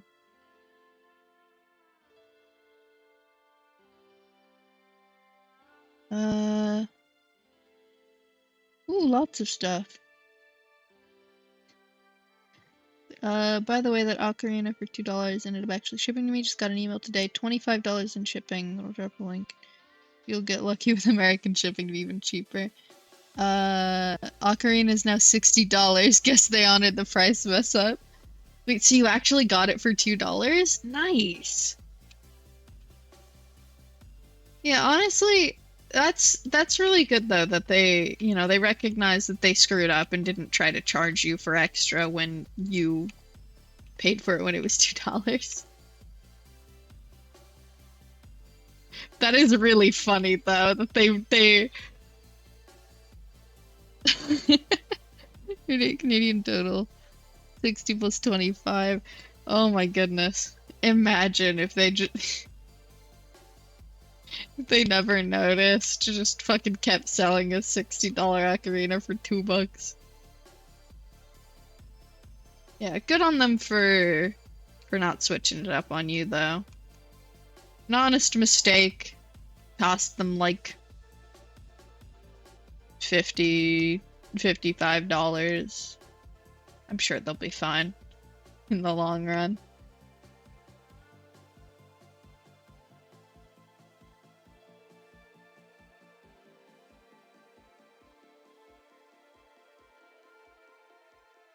My God, as much as this is kind of a meme drawing, people draw the same like this so frequently.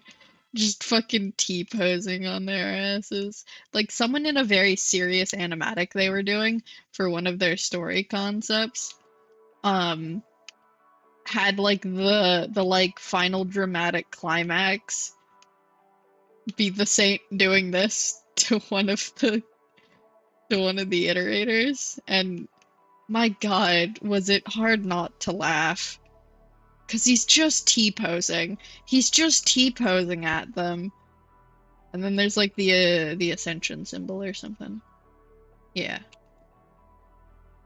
Or not the ascension symbol, it's just like full karma. The full karma symbol. There. Not an ocarina I would have bought myself, but hey, now I actually got a Zelda-style ocarina finally. Personally think the fairy ocarina is cooler than the Ocarina of Time anyways. Yeah, I do too. I think the Ocarina of Time looks nice, but it's like overhyped. It's the only one you really see stuff of usually. When it's like, oh yeah, we sell a Zelda ocarina, and it's just the same one every time. I think the fairy one deserves more love.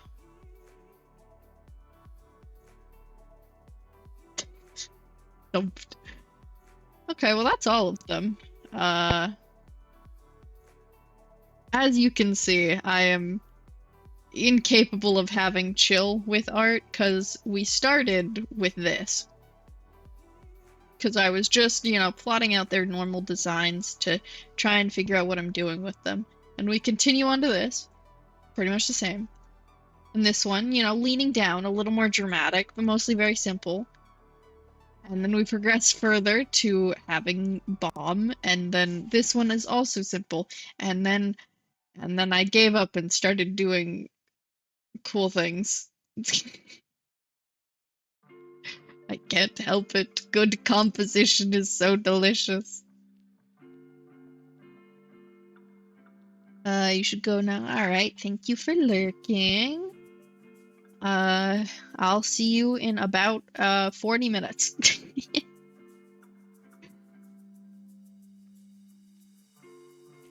Empty. His head so very empty. Nothing in there. Zero. Zilch. Nada. God, look at this little guy. What a little guy. What is this? Ah, scavenger. Okay.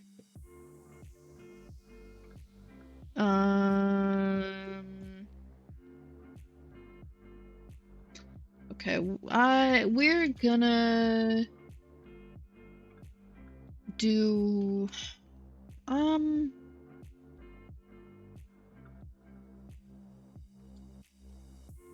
you know what? Yeah, let's do artificer.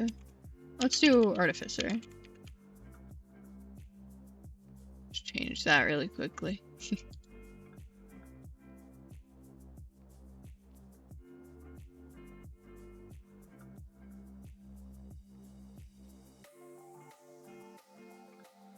Okay, so we have this.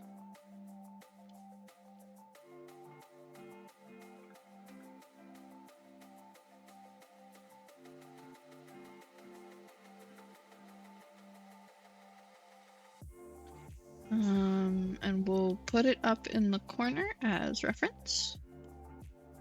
I didn't need to circle that, I can just move it.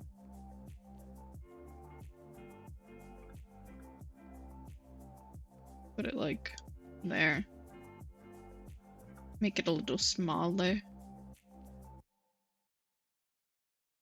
Okay. Now I think I want to try and have as much variety between the Slugcats as possible. So, you know, we'll have our like standard. I'm not really gonna change Survivor all that much, if at all. And then, you know, like the monk will be smaller, maybe closer to the size of a slug pup, which is a baby Slugcat. Hunter will be similar in shape and size to Survivor, but like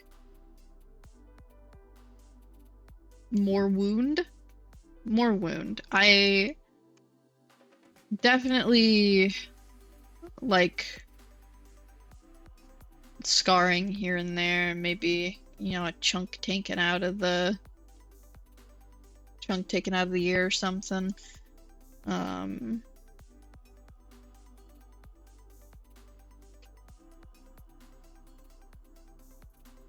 Because the difficult thing here is that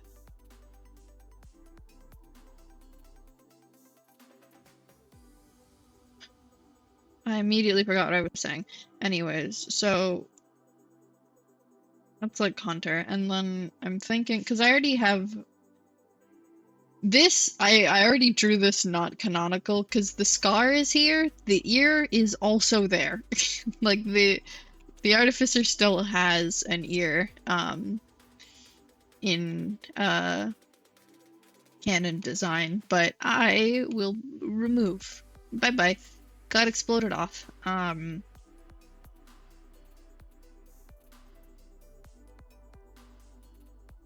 So obviously that's like a noticeable detail, the one of the ears being gone. But I want to like try and have a little more variety between the Slugcats. Gourmand is perfect. There's nothing to be fixed about Gourmand, honestly. I could not think of a single thing to change. Rivulet, I know that I wanted to like have the like Slugcat ear things, instead of being round, I wanted them to be sort of pointy and wavy looking, to like be the same shape as the axolotl gills. And to just give even more contrast between like sharp angles around the face and the massive round eyes. You know, just really carry home the effect of just no thought, head empty. And I also wanted to add like fins to Rivulet's tail. I remember that much. You know, like just like fins on the back of it, kind of thing.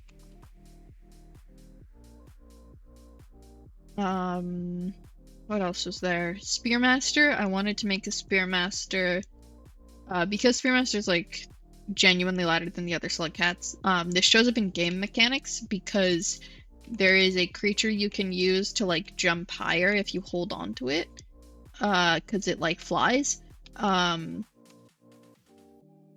with every single Slugcat, you can get infinite flight with it using a specific mechanic, except for Spearmaster, who can do that always, because Spearmaster is lighter than the other Slugcats. But they like fall at the same rate. You know, they don't have like a gravity shift because their tail is very heavy, so it still feels the same as the other, as like jumping and running around as any of the other Slugcats. So I want to make them like thin and like ribby, maybe? I don't know. Like they don't have a lot of mass on them because a lot of their nutrients are going towards the spears. Because you know they're doing fine, but they're a little twiggy. Because they're putting a lot of their food and nutrients into making new spheres. Spheres, yeah, sure. Into making new spears, and I also wanted them to be very like angular, because they make spears, so those themselves are like sharp and pointy, and so you know I want like the end of the tail to be sharp and pointy, and I want like the like face to be sort of sharp and pointy, not like super harsh, because it's still a Slugcat. Still a little guy, but you know, I'll make like the little ear things, instead of being round, I'll make them a little sharper. I'll make the nose bit, instead of super round, make it just like a teensy bit sharper.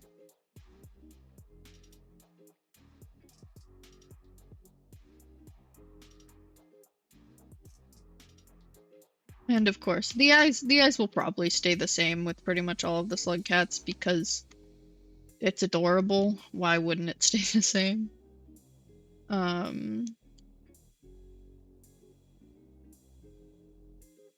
and then yeah, I wanted to make Rivulet long, and I don't really have much I want to change about the Saint that I can think of. I know like canonically the ears aren't as like big as I've made them. I've made them more like I don't know, cat-like, bear-like. I have no idea. Um,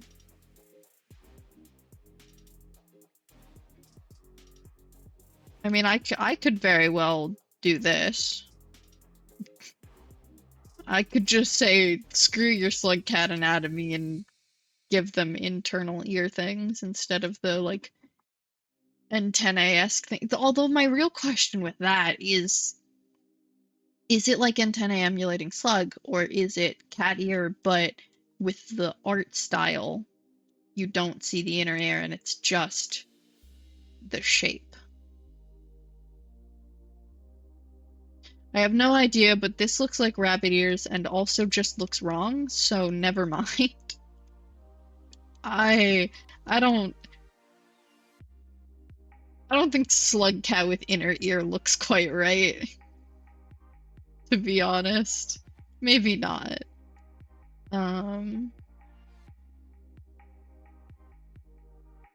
yeah, but honestly, I think Saint is pretty much good in the uniqueness department compared to the other slug cats simply because fluffy. So this is less of like redesigns and more just yeah, like I said previously, reinterpretations of trying to um like have more specificity in the characters, try to make them more unique to each other so that people can tell the difference when I draw them. Like easier, because I mean objectively, you know, if I draw them and one of them is yellow, like which is the color of the monk, then they'll know it's monk. Or like if I have the little eye with the little thing and they're like a light red, then they'll know that it's hunter. Or if I give them the scar and a bomb, they'll know it's artificer. If it has gills and the big ol' eyes, it's rivulet. If it has big circle tail, Sphere Master. If it is a circle, gourmand. And then, you know, again, Saint, if it's fluffy, or it has its eyes constantly closed, or it's green, or it has frog tongue, then congrats, you've achieved Saint stat, or you've achieved drawing the Saint. But I want it to be more obvious at a glance so that even if I'm like drawing them really small so people can't see small details like the scar on Hunter's eye, um, or like without color. So I don't want people to get confused, oh, am I drawing the survivor or the monk because I'm not like coloring it. It's like, oh, which one is it then because they look exactly the same except of a color difference. So I instead want to give them those differences, like making the monk really small and giving them like shorter ears or something to look a bit more like a slug pup. To try and like differentiate between the different slug cats a little bit easier.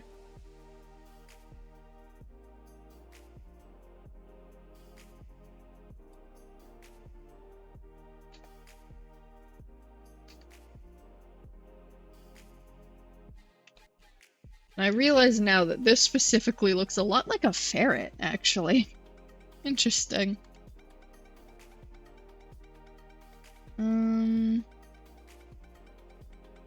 Okay, so yeah, I think with artificers specifically, I want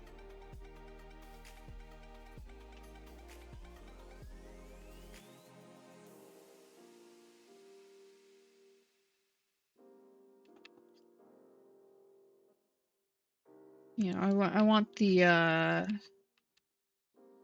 like mouth maybe to be more visible frequently.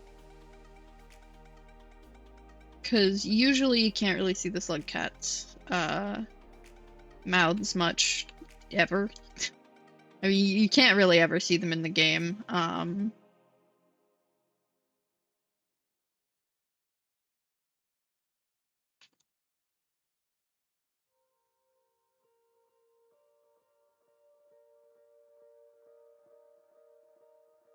And I think like there's like the hint of ear left, but it's mostly gone.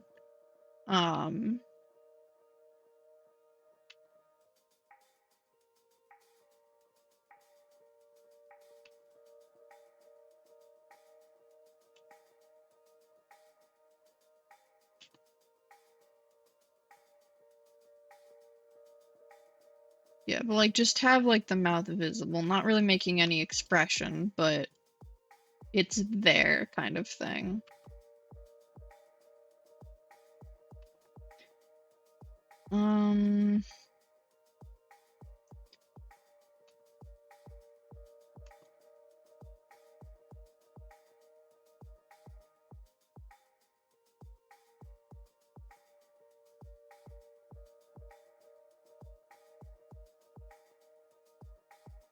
Yeah, and I think just like maybe generally kind of annoyed, slightly tired looking. Although like, you know, they're capable of but you know, generally has resting bitch face kind of thing. That feels fitting for Artificer based on her storyline. Oh, and the important note, I don't think any of the Slugcats have an official gender. I probably forget what I pick for them frequently anyways. 'Cause they're all little guys, but I'm fairly certain Artificer is a mother. I say important note as if this matters. They're Slugcats, it's irrelevant, but yeah, I think Artificer is the only one I had canon to be female, simply because he's a mother. The others I don't give a shit about. Because, like, I mean, with all the rest of them, it's like, little guy TM, who care? But it, you know, a mom and her slug pups, because her official story, she, had slug pups. Had. Yeah. There's a reason that her storyline goes the way it does, and it's a little sad. It's just like a little smidgen bit, just a little teeny bit sad. You know, just like a little.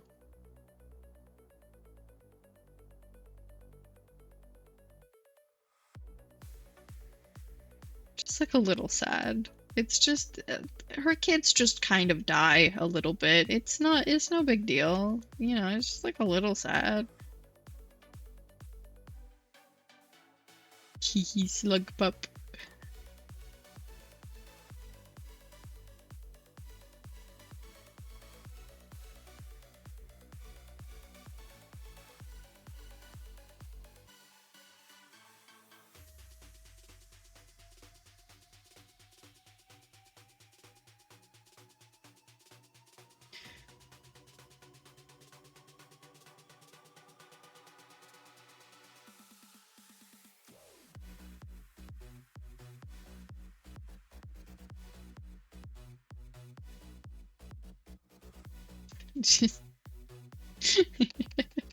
Okay, I'm getting distracted.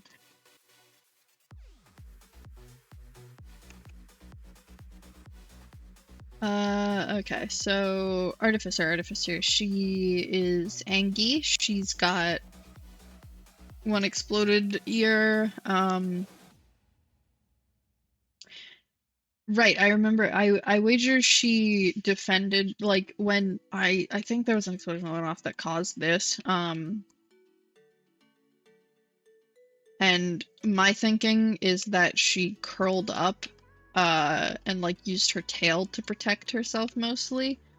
You know, not quickly enough to save her eye or ear, but so it led to these being damaged and also having a scar on the tail from the explosion, which is the if this is like the top, I think it'd be like here-ish. Yeah, and then it'd sort of go like here.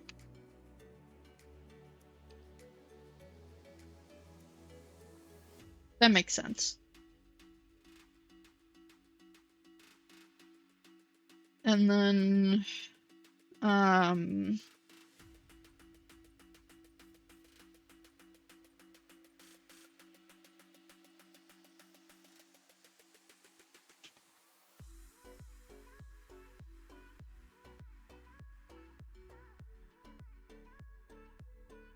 yeah, she's got her bombs, obviously, that she makes out of rocks somehow.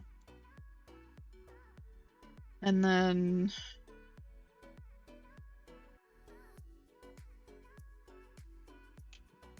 I don't know.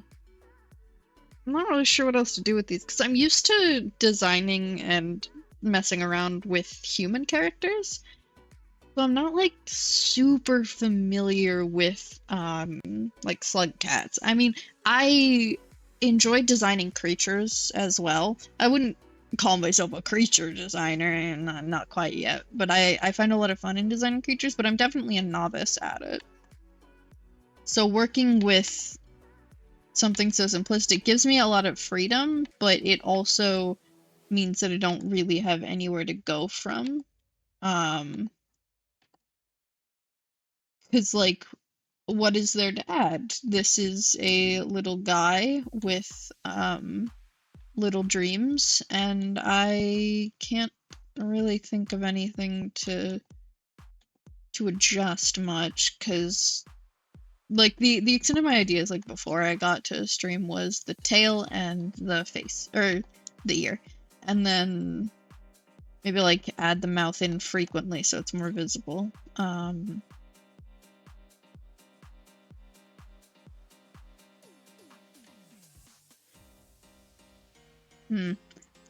I've actually stumped myself. I've managed to stump myself. Okay.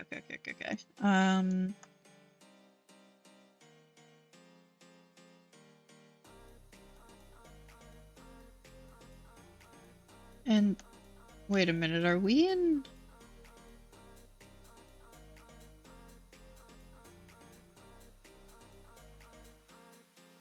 What song is playing right now? Keyboard Warrior, Stream Beats by Harris Heller. Which,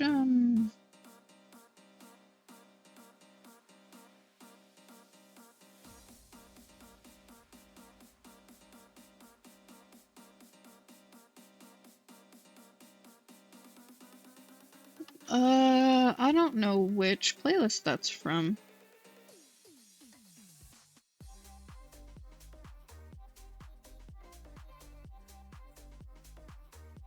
Oh my god, it's from EDM. Okay, that worked. Oh, okay, because I've been having those issues with like my playlist ending and my music cutting out. Because one playlist isn't long enough. But if I play both of them, then it is. But I managed to put them in a folder in a way that works the way I wanted it to, and now they autoplay into each other.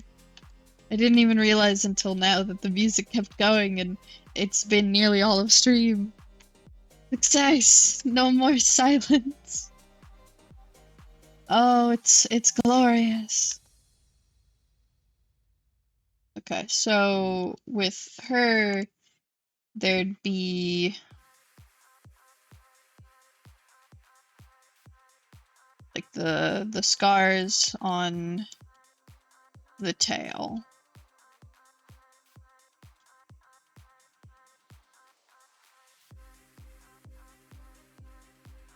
Kind of like that.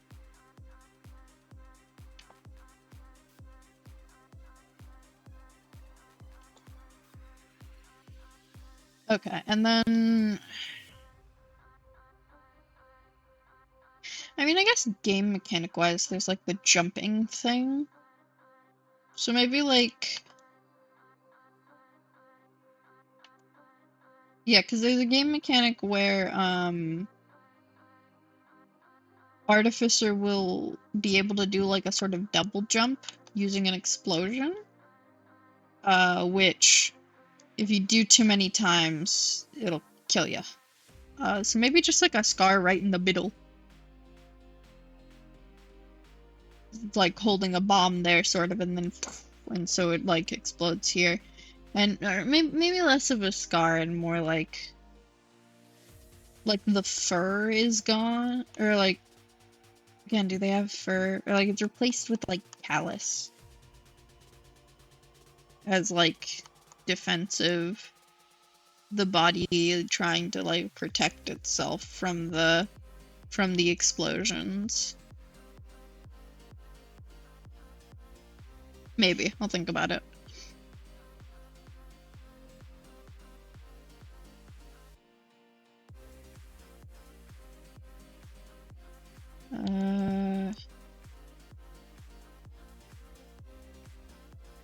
Just so I don't forget what the hell this is supposed to be.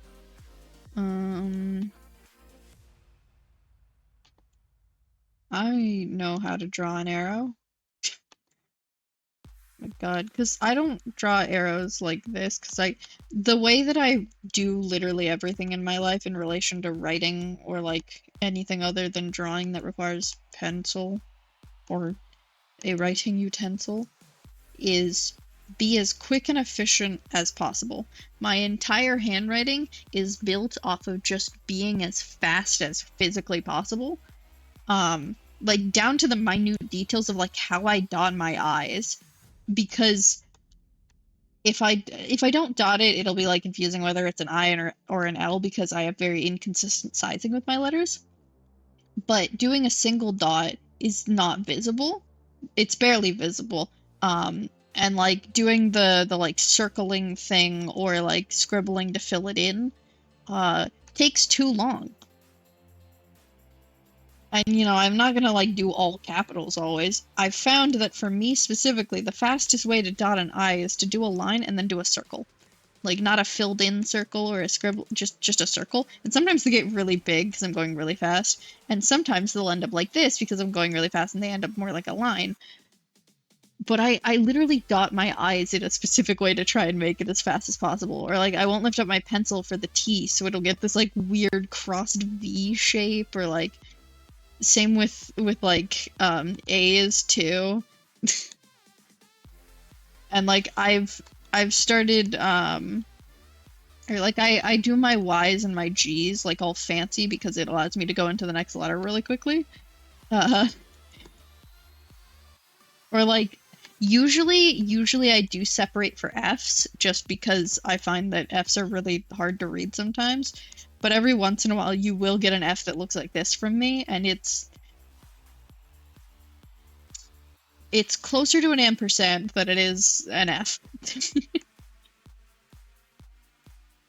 But, you know, even like the way I do arrows, I don't do that or have it be on the end or do it like this. I will very specifically have it crossed over like this, because that means I don't have to lift up the pencil, so I can do like this really quickly. And sometimes it's a little illegible, but it usually works to try and get the arrow done as quickly as possible. The woes of an artist. I have no time for writing. That's why I type everything, because I don't like writing things physically. I also like hold my pencil really tightly when I'm writing for some reason, and so it hurts my hand, so I want to write even less. Uh,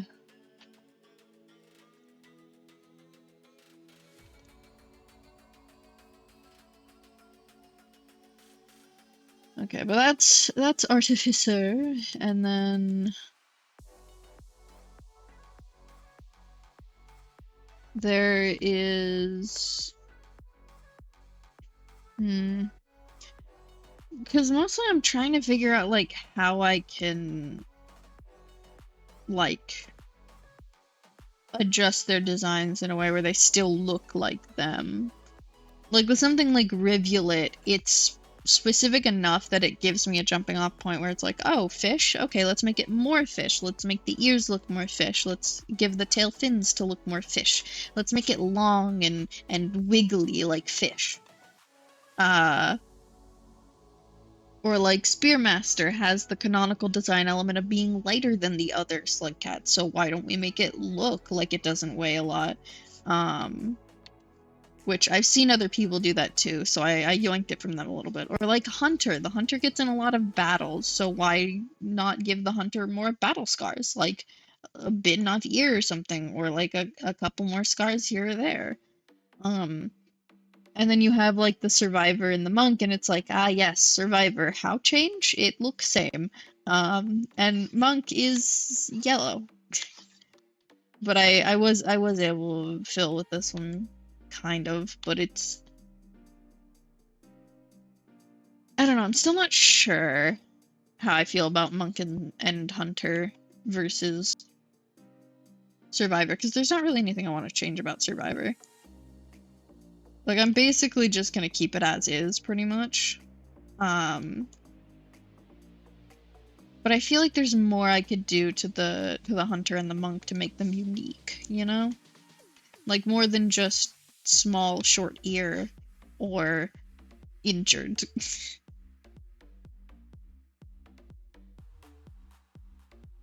I guess I could have the Hunter also have the, like, visible mouth thing to indicate, like, bitey. Grr, do not approach. Will attack.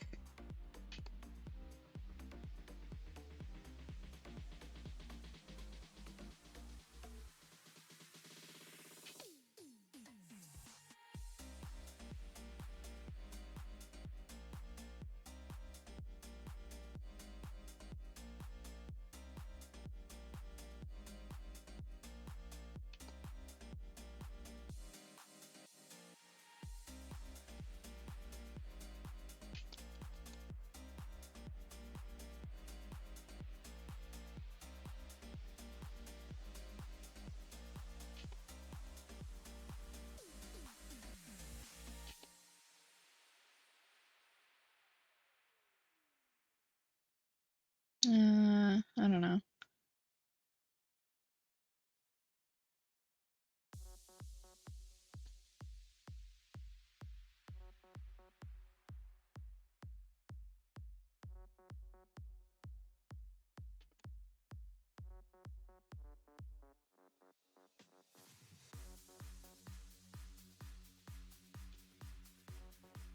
Because, I mean, it'd be like with mouth closed.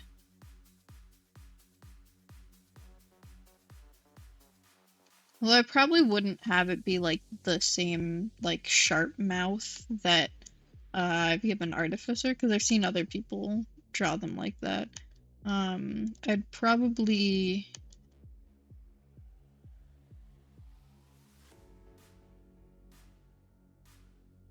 give them something a little less threatening. Maybe little cat mouth.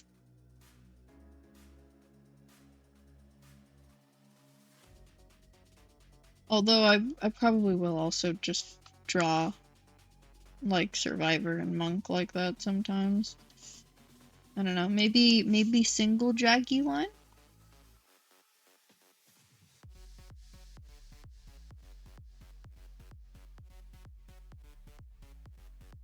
Maybe single tooth.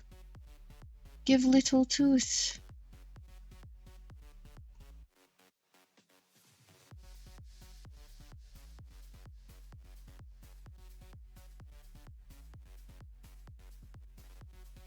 Or I could give them like one of these, where it's like a scar that sort of like pulls up the edge of where their mouth is, so if they were to open their mouth, it would be like it would move the line up in a way that,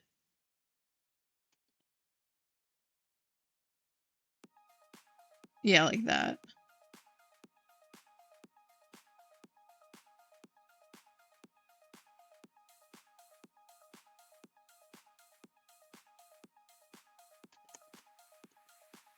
I don't know.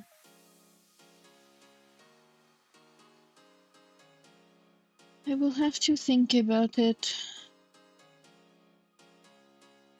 Hmm.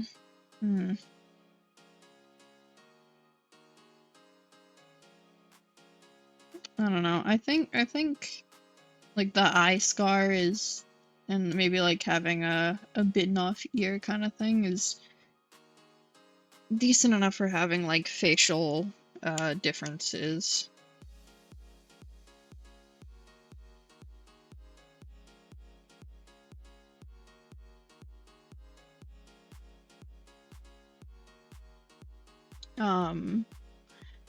Like I think that works well enough for differentiation of when like zoomed in on the face specifically. And then cause I want to give them like a scar on their tail. Well, I already did that with Artificer. Maybe like the leg. I think that makes sense. Like, you know, like a lizard got to them and they had to like kick it off, or like it like bit onto their leg and they had to like stab it off or something. So they've got like lizard bite marks on their leg or something.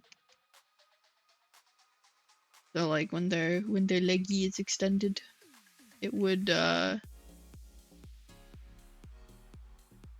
look kind of like this, I presume.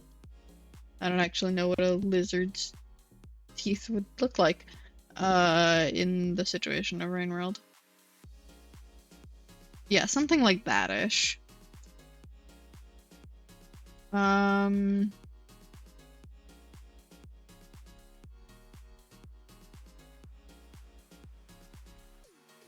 then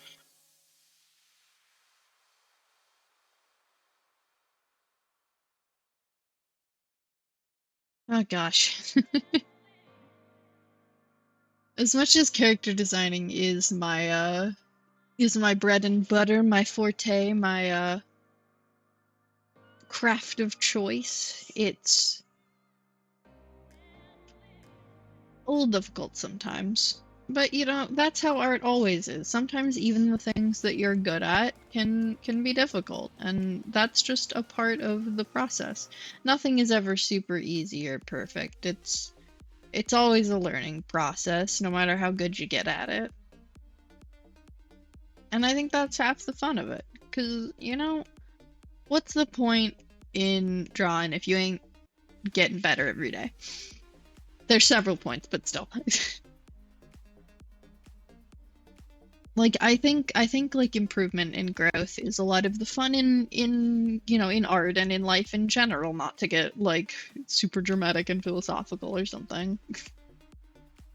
You know, no questioning the no need to question the meaning of life on Maine, but growth and change are just an important part of the human experience, and I think it's good to appreciate them.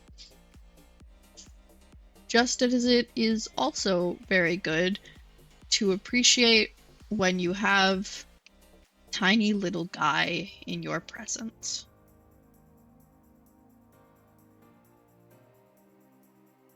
Because sometimes a tiny little guy is all you need.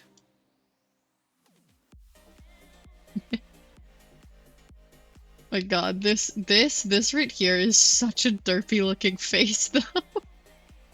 Because it's just the eyes are like slightly too far apart. Just ever so slightly too far apart.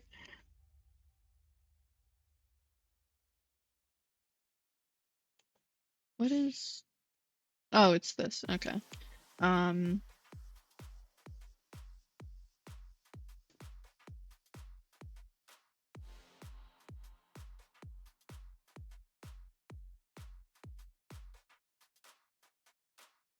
Yeah, I think this has been a pretty successful stream though. I've drawn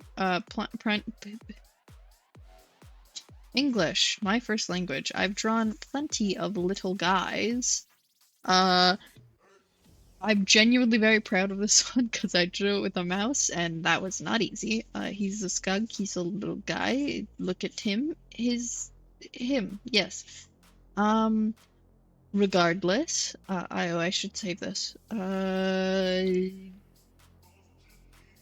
of files, work in progress. Gugs.